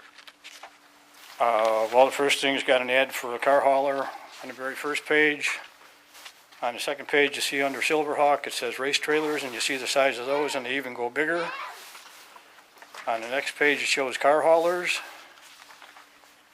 On the next page, it shows cargo trailers that are used for motorcycles and all-terrain vehicles. And the next page shows open car trailers, which basically is what my son has, other than it has a side gate. And the reason that we got the trailer with the side gate is to put I've gone to car shows for over 35 years.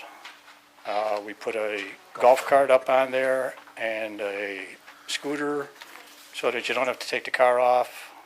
And that's the only reason that side gate is there.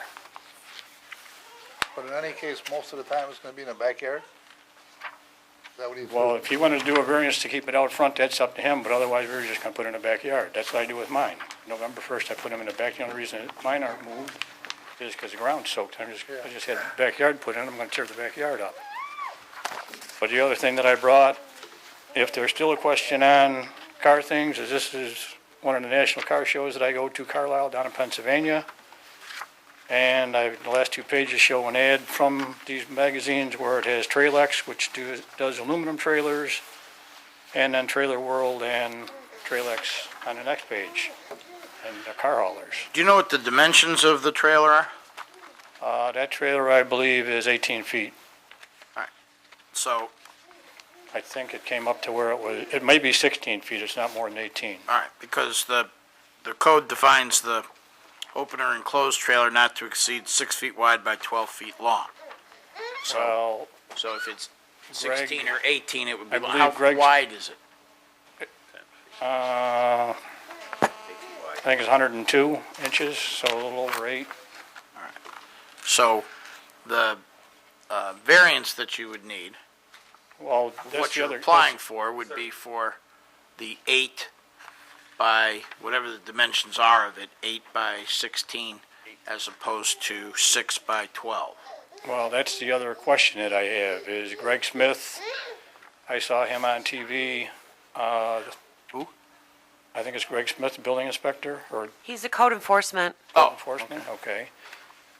He was on some program like a week after my son was on, and he stated that a recreational vehicle can be anything. And I believe that's what the town code is. You can have anything as a recreational vehicle, not so much what it was built as, but what you use it as. And there's no size. I mean, you can have a 60-foot motorhome on your property. Why can't you have a 18-foot trailer? My neighbor has a 25 to 30-foot RV that he brings during the summer that sits there for a couple weeks at a time in between his vacations. That eclipses the house. My idea of the town code on recreational vehicles is there's no size limit to it. So it shouldn't pertain to the trailer because it's a recreational vehicle. Well, utility trailer is what is defined as an open or enclosed trailer not to exceed 6 feet wide by 12 feet long, which is also included in the definition of recreational When vehicle. did they change the code? Because when I bought my first trailer, which would be over 20 years ago, I wasn't going to put out a $6,000 investment at the time to buy something I couldn't keep at my house because I have very expensive cars. And there was no problem with the trailers. I've had all the town and building inspectors come out and look at my trailers, and there's never been one problem with them. It indicates that it was added July 18th, 2000 by local law number 5-2000, the definition of utility By trailer. 2000, all right, then we got this trailer after that. All my trailers I got before that. Are we discussing a So- variance here? Or the need of a variance? I or- think, yes, I think we're discussing the need of a variance. It seems to me that what you're asking for is permission to have a trailer that exceeds 6 by 12 feet in the driveway between April 1st and whenever, November 1st is the other date. November 1st. Sir, that's what I had wrote up in my original request. And when I came up here and talked to everybody, it was deemed that it was a commercial trailer and that I needed to go back home and rewrite. Right. And what I'm saying is that that's where the variance comes in, because the code allows for a trailer up to 6 feet by 12 feet, and yours exceeds that. So you would need the variance to be able to park it there in the driveway from April 1 to November 1. Putting it in the backyard from November 1 to April 1 isn't a problem because you're allowed to put it there. Correct. But, so what you're asking is to be able to have this in the driveway between April 1 and November 1, and it's the dimensions that result in the variance, not anything else. Okay. Right. Okay, then instead of wasting taxpayers' time and all that, can we change what I've already requested from one trailer, or from two trailers to one trailer, and we just? Yeah, that's what I'm clarifying. Oh, no, that's what I'm asking, yes. That's we why can I'm do that. trying to make sure so that, because what you were indicating earlier when I asked you, it seemed to me like you were withdrawing your request. Well, it's, And I want to be sure before you withdraw your request. that's why I had wanted that to you speak don't to need it. somebody for the past month or Right, so, and okay. we just managed to never touch base with anybody. Right, so your request, What do you think is funny? as clarified through what we've discussed, is to have a grant of variance to allow the car hauler trailer that's depicted in the back without the stuff on the sides, Yes, sir. in the driveway between April 1st and November 1st. Yes, sir. Okay. I think we're all on the same page now. I think we got it, good. All right. Yeah. Works for me. Any other questions? All right. Is there anyone here to speak in favor of this application? Is there anyone here to speak in opposition to this application? Is there anyone who wishes to speak to the application? There's no one left in the room for those who are Tell watching on me TV. when it'll be okay. We'll close the hearing with respect to that matter, and we will take a 10-minute break. Thank you very much. Thank you very much. Thank you, gentlemen. sir.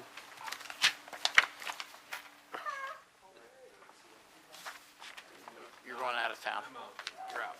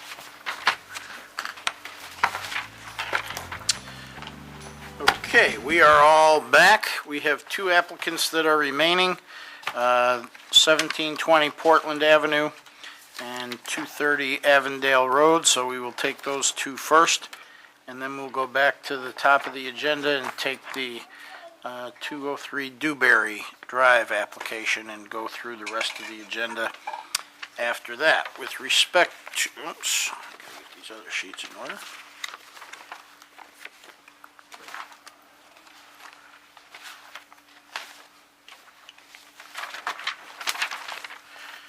All right, with respect to the application pertaining to 1720 Portland Avenue, this is a type 2 action for seeker purposes. This is a request for a use variance. Does anyone wish to make a motion with respect to this application? Seeing none, I would make a motion that we grant the variance as requested by the applicant. With respect to the factors, there is, this will not result in a change to the character of the neighborhood, as most of the structures to the north of this property and on the east side of Portland are of a residential nature, although the properties to the south and immediately to the west are of commercial. They are on the edge of commercial and residential neighborhoods. The alternative that doesn't require a variance would be keeping the back portion of the property for commercial purposes. It is not a substantial request in the sense that the front of the property and the properties immediately adjoining it to the north are residential in nature, and it's not enlarging the structure. The applicant has provided the dollars and cents proof that shows that as it's currently zoned, given the fact that it's the rear of the property that's zoned commercial and it doesn't have any frontage on Portland, makes it undesirable for commercial use because it's not visible. Note that the applicant has shown that she's unable to realize a reasonable return on the investment, but granting the variance will allow for a reasonable return on the investment. I would submit that the circumstances are unique in that the structure straddles two completely different types of zoning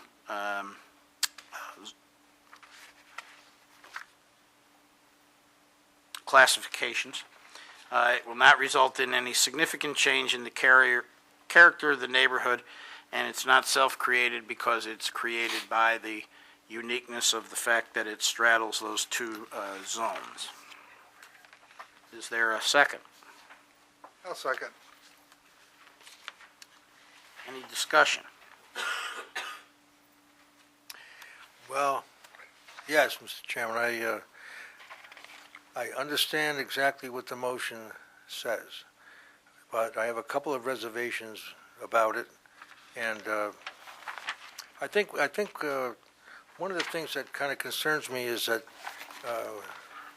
I'm not sure what the real effort was to try to sell that building or rent it as a home with an office or a workplace already built in.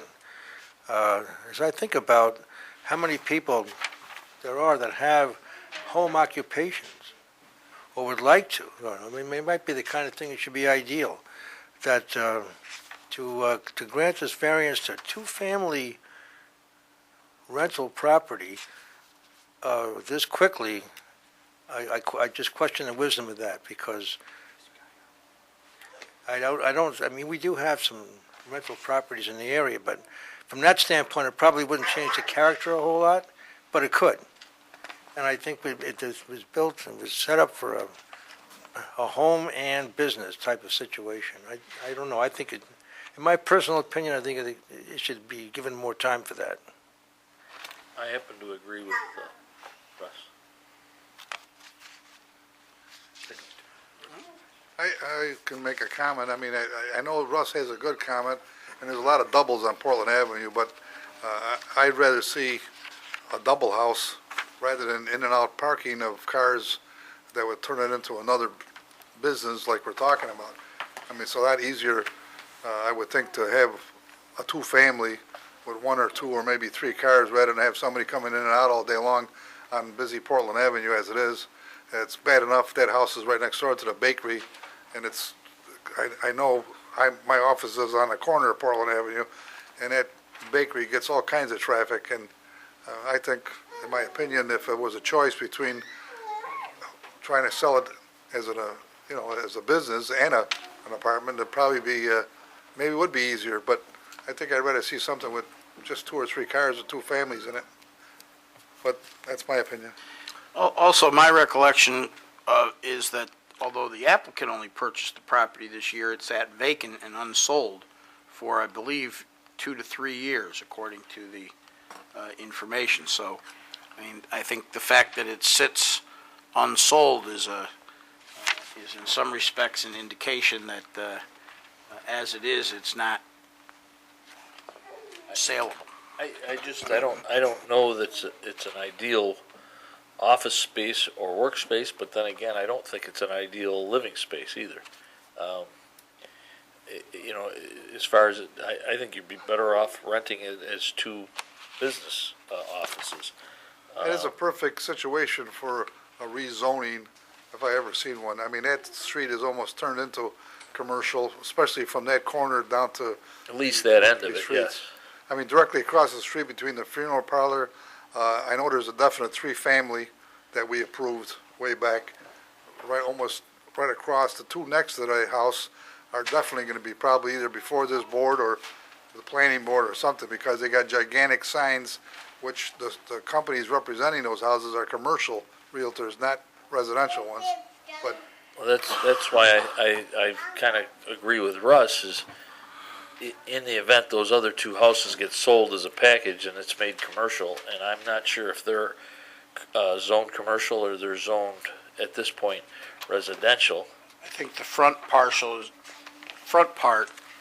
is zoned residential, and the rear part of those properties also? Those properties is commercial. Well, then it would be easier, to make that all some type of, commercial area or whatever, but I think at this point to have it a double, again, I agree with Russ on this one. I think it's more of a commercial area right there with the surrounding buildings. You got $80,000 invested here between purchasing the home and making repairs, and what she's got in return is red ink. And it seems to me that she's entitled to make a reasonable profit, and the plan to convert to a two-family house, to me, is going to be more profitable for her than trying to rent something for a business, I should say, in the back part. And you can't continue to operate at a loss forever, not with the investment she's got made in this.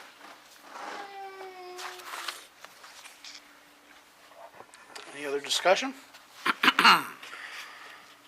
All those in favor say aye. Aye. All those opposed say nay. Nay. So I believe we have 3 votes in favor and 3 votes opposed, and we have 1 member of the board who is absent.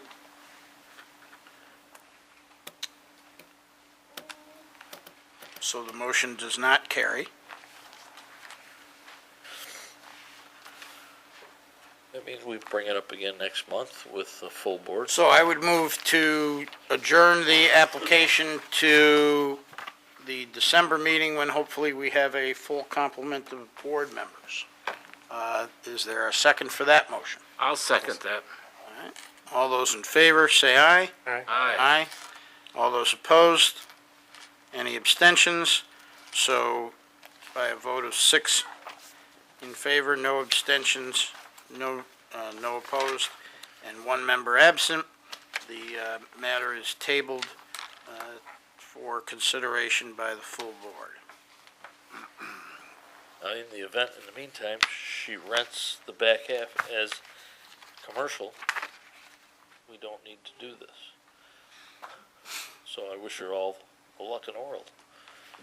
All right. You have a renter. All right. Find one. Yeah, exactly. Let's see, the next action would be a type, this is pertaining to 230 Avondale. This would be a type 2 action for seeker purposes. Does anyone wish to make a motion with respect to this application? Oh, yes, Mr. Chairman, okay.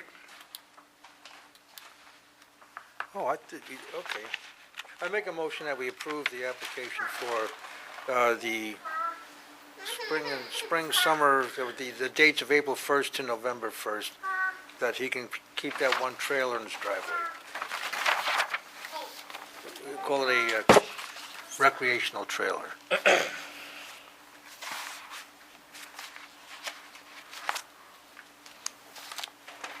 One trailer exceeding the 6 by 12. Limitation, because I don't view it as a recreational trailer, I view it as a utility trailer, which is then defined as being 6 by 12. By granting the variance, we allow for the trailer, whatever you call it, that exceeds 6 feet by 12 feet to be in the driveway, and I would second the motion with that understanding. Do we need to cover the fact that he does have to get rid of one trailer? He's already gotten rid of the one trailer, he's told us. He hasn't gotten rid of it, it's in No, the it's- backyard. it's in the He's- backyard. He's got a It's in the backyard, it'll be gone by the end of the month. He said it would be gone by the end of the month, so Okay, we're approving one trailer in the driveway between April 1st and November 1st. That exceeds 6 feet by 12 feet. okay. That's what's before us right now. Any discussion? The reason I make the motion is because I think he's tried hard to conform to the codes of this town. He has. I would And, agree. I know that he was taken aback a little bit last month when things didn't go quite right, but he took a deep breath and came back this month with all the correct preparations and understanding how this thing works, and I think that deserves some credit. Any other discussion? All those in favor say aye. Aye. Any opposed? Nay. Any abstentions? So we have 5 votes in favor, 1 opposed, no abstentions, and 1 member of the board remains absent.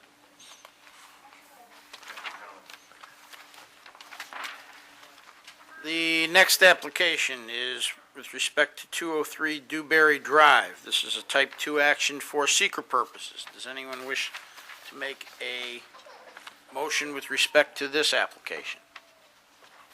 I'll make a motion that we approve this application. Okay. It's a unique piece of property. It's surrounded by commercial all the way around. And if she's got a child with needs, I think that it's something we have to work on, as long as it's going to be to Mike's, to the front foundation line.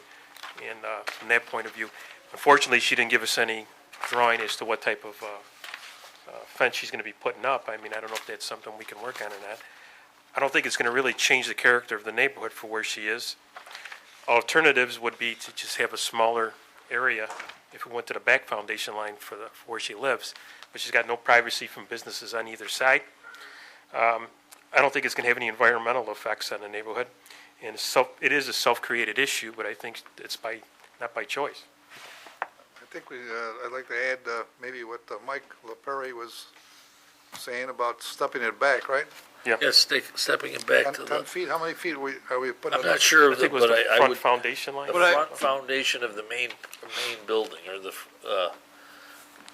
What I wrote down is that we're granting the variance only to the front foundation line of the residence, excluding the porch. yes. Is there a second? I'll I'll second. second. All those in favor say aye. Well, any other discussion? Well, yeah, there was a comment made that we haven't seen what the fence is, as far as the style or the quality or the materials, or do we not need to see something, or at least to have someone look at that? Or we could put it in as a, Maybe dog-eared or equal? Yeah, something along those lines. She's So we got- have some protection there. She still has to go for a permit, so would she have to turn something in at that time also? Oh, that's a good point. So I'll put dog-eared or equivalent wooden fence, right? Because she did say it was going to be a wooden fence. I wasn't sure what she meant by the blocks on top, but I'm not sure that she was either. some type of decorative fence. Some type of, yeah. All right. Any other discussion? All those in favor say aye. Aye. Any opposed? Any abstentions? Motion carries, 6 votes in favor, no opposed, no abstentions. One member continues to be absent.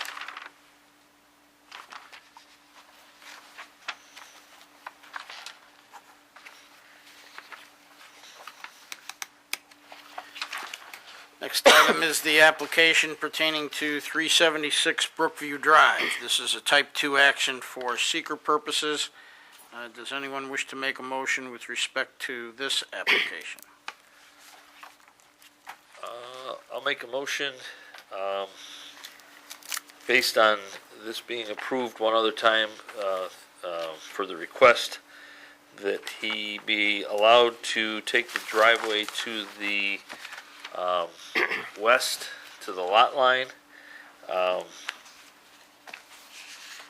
all the way out to the sidewalk. However, the apron, I guess it has to taper in a little bit, based on what the DPW is requesting. Also, on the east side of the driveway, he was looking for 2 feet from the actual pavement, which I believe will give him a total width of 18 feet. I don't think he needs a variance for that. Okay. The only variance that he needed, that he applied for, was to be allowed to have a 0 side setback on the west side. Okey-doke. All right, and I don't think it's a substantial variance. I don't think it changes the characteristic of the neighborhood. The alternative solution is to back it off, but he's already kind of had it there with crushed stone.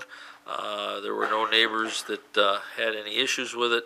It, again, isn't a substantial variance, and it doesn't affect the environment. It is a self-created problem because he's got more than one car, and he needs to move them around. Is there a second? Second.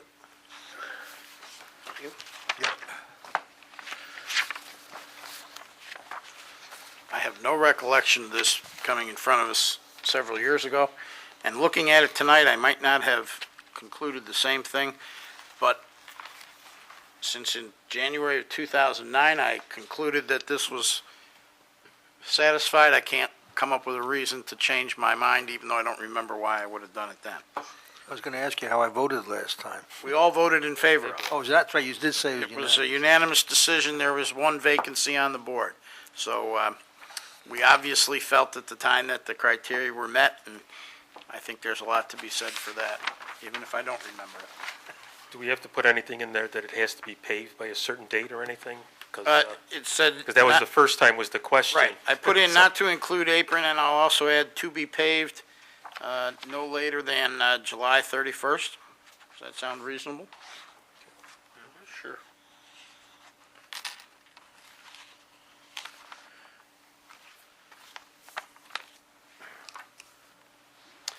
All those in favor say aye. Aye. Any opposed? Any abstentions? We have one member of the board that continues to be absent. 6 votes in favor, no abstentions, and that motion also carries. Next item is the application pertaining to 738 Brown Road. This is a type 2 action for seeker purposes. Does anyone wish to make an application with respect to this matter? I'll make a motion that we approve the variance as applied for, as I don't believe it'll the granting of the variance will be a detriment to the neighborhood. I believe this gentleman really improved that property considerable, and considering that the school is next door to it, I don't think it really will affect any neighbors, so to speak. And the variance is really not substantial. As far as being self-created, it is self-created. However, I don't believe the alleged difficulty will harm the neighborhood in the least. Is there a second? I'll second. Oh, Sorry. Any discussion? Is this to be paved in 1 year like we talked about, or was it to be stay the crush and run? So to be paid by July 31st? Yep. I just want to bring up the fact that he did the expansion to the driveway before he got permission. We bring this up before, that people need to look into it. I do have a concern with the water runoff on that much driveway. However, there is a big school yard next door. I don't believe that it's going to flood it out by any means, but I do, if it were next door to a neighbor, that would be a concern, because that's a lot of driveway. I think a 0-foot setback is a lot different when you butt up against a huge field that's unoccupied as opposed to when you butt up to your neighbor's. Right. That's why I'm not Particularly if you objecting butt up to it. your neighbor's driveway, so you just have this huge Right. mass of combined driveways. Yeah, I agree. Mr. Chair, just to clarify, it's approving the crushed stone. No, we're approving a 0-foot setback, and it's to be paved by July 31st. We're approving Even though the that. variance is granted for a year, exercised within a year unless it's null and void. So you'd like us to go to 31 October I 2014? if it's the Good purview of point. the board. Okay. The Brookview one we approved, though, by July 31st because he had a shot earlier. We'll give Mr. Posado until the 31st of October to pave it of next year. And he Right. did say, because he did say he could do it in a year. He said he could do it, yes, within a year. So to give him that's, a year, that's, Thank you, sorry. you're welcome, that's all right. All those in favor say aye. Aye. Any opposed? Any abstentions? Motion carries, 6 votes in favor, no opposed, no abstentions. 1 member of the board continues to be absent. The next item pertains to the property at 29 Madison Terrace. This is a type 2 action for seeker purposes. Does anyone wish to make an application or a motion, with respect to this application? I'll make a motion that we, on the matter of ZB 1314-5, 29 Madison Terrace, that we grant the variances requested. I think when we look at what the benefits are of this, it really is going to have a very major improvement to the neighborhood. I think it's a substantial variance because it's a brand-new home, but it's certainly not anything negative. There's no adverse physical or environmental effects. I guess you could say it's self-created because they're tearing down an old house and putting up a new home, but it's an absolute advantage to the neighborhood and to the owner of the home as well. I'll second. Any discussion? I just wanted to say that I know during the previous discussion, I sounded as though I was opposed to it. I probably came across that way. Not true. What I was opposed to was, well, the reason I said anything was because of that poor lady that lives next door who wasn't getting any sunlight, and I was interested to find out if they were going to be sensitive to that. Well, it turns out that they were somewhat, and we talked about how the sun is going to do this and that. So to the point where she withdrew her reservation about the whole thing. And as long as she was happy, and that was my whole point. So I am definitely going to support this motion. All right, any other discussion? All those in favor say aye. Aye. Any opposed? Any abstentions? Motion carries, 6 votes in favor, no opposed, no abstentions, 1 member of the board continues to be absent. The last item on our agenda is also a type 2 action for seeker purposes. This is the application pertaining to 2701 Culver Road for a variance to allow for signs to be erected on the building as submitted to and approved by the planning board. Is there a motion with respect to this application? I'll make a motion on 2701 Culver Road for the signage, that we approve the signage. Again, it doesn't change the character of the neighborhood because it is a commercial building sitting on the edge of commercial office building sitting on the edge of the expressway. Alternative solutions are a sign out front, which I think people would appreciate the signs on the building. It's a nicer look. The variance is not substantial. It is a large building. The renditions of the signage that we have are not by any means offensive. No adverse effect on the environment or physical neighborhood. And it is a self-created problem because they built the building and they want to rent it out. Second. Any discussion? Just one question is, when we do this, then they can put more signs on, why don't have them coming in front of us, or is that, because they're in an area where you're saying no signs, we're approving these two. We're approving signage. The planning board has to approve the amount of signs and the size of the signs. And the design of the sign, The design I think, of the as well, signs. right? Correct. Okay. So we're just approving that Question. will allow some type of signage. I just want to say before we vote that I think that's a terrific building. I think that's a great addition to this town. I like the spot it's in too, so when you come into Arundicoit, you say, whoa, this is pretty nice.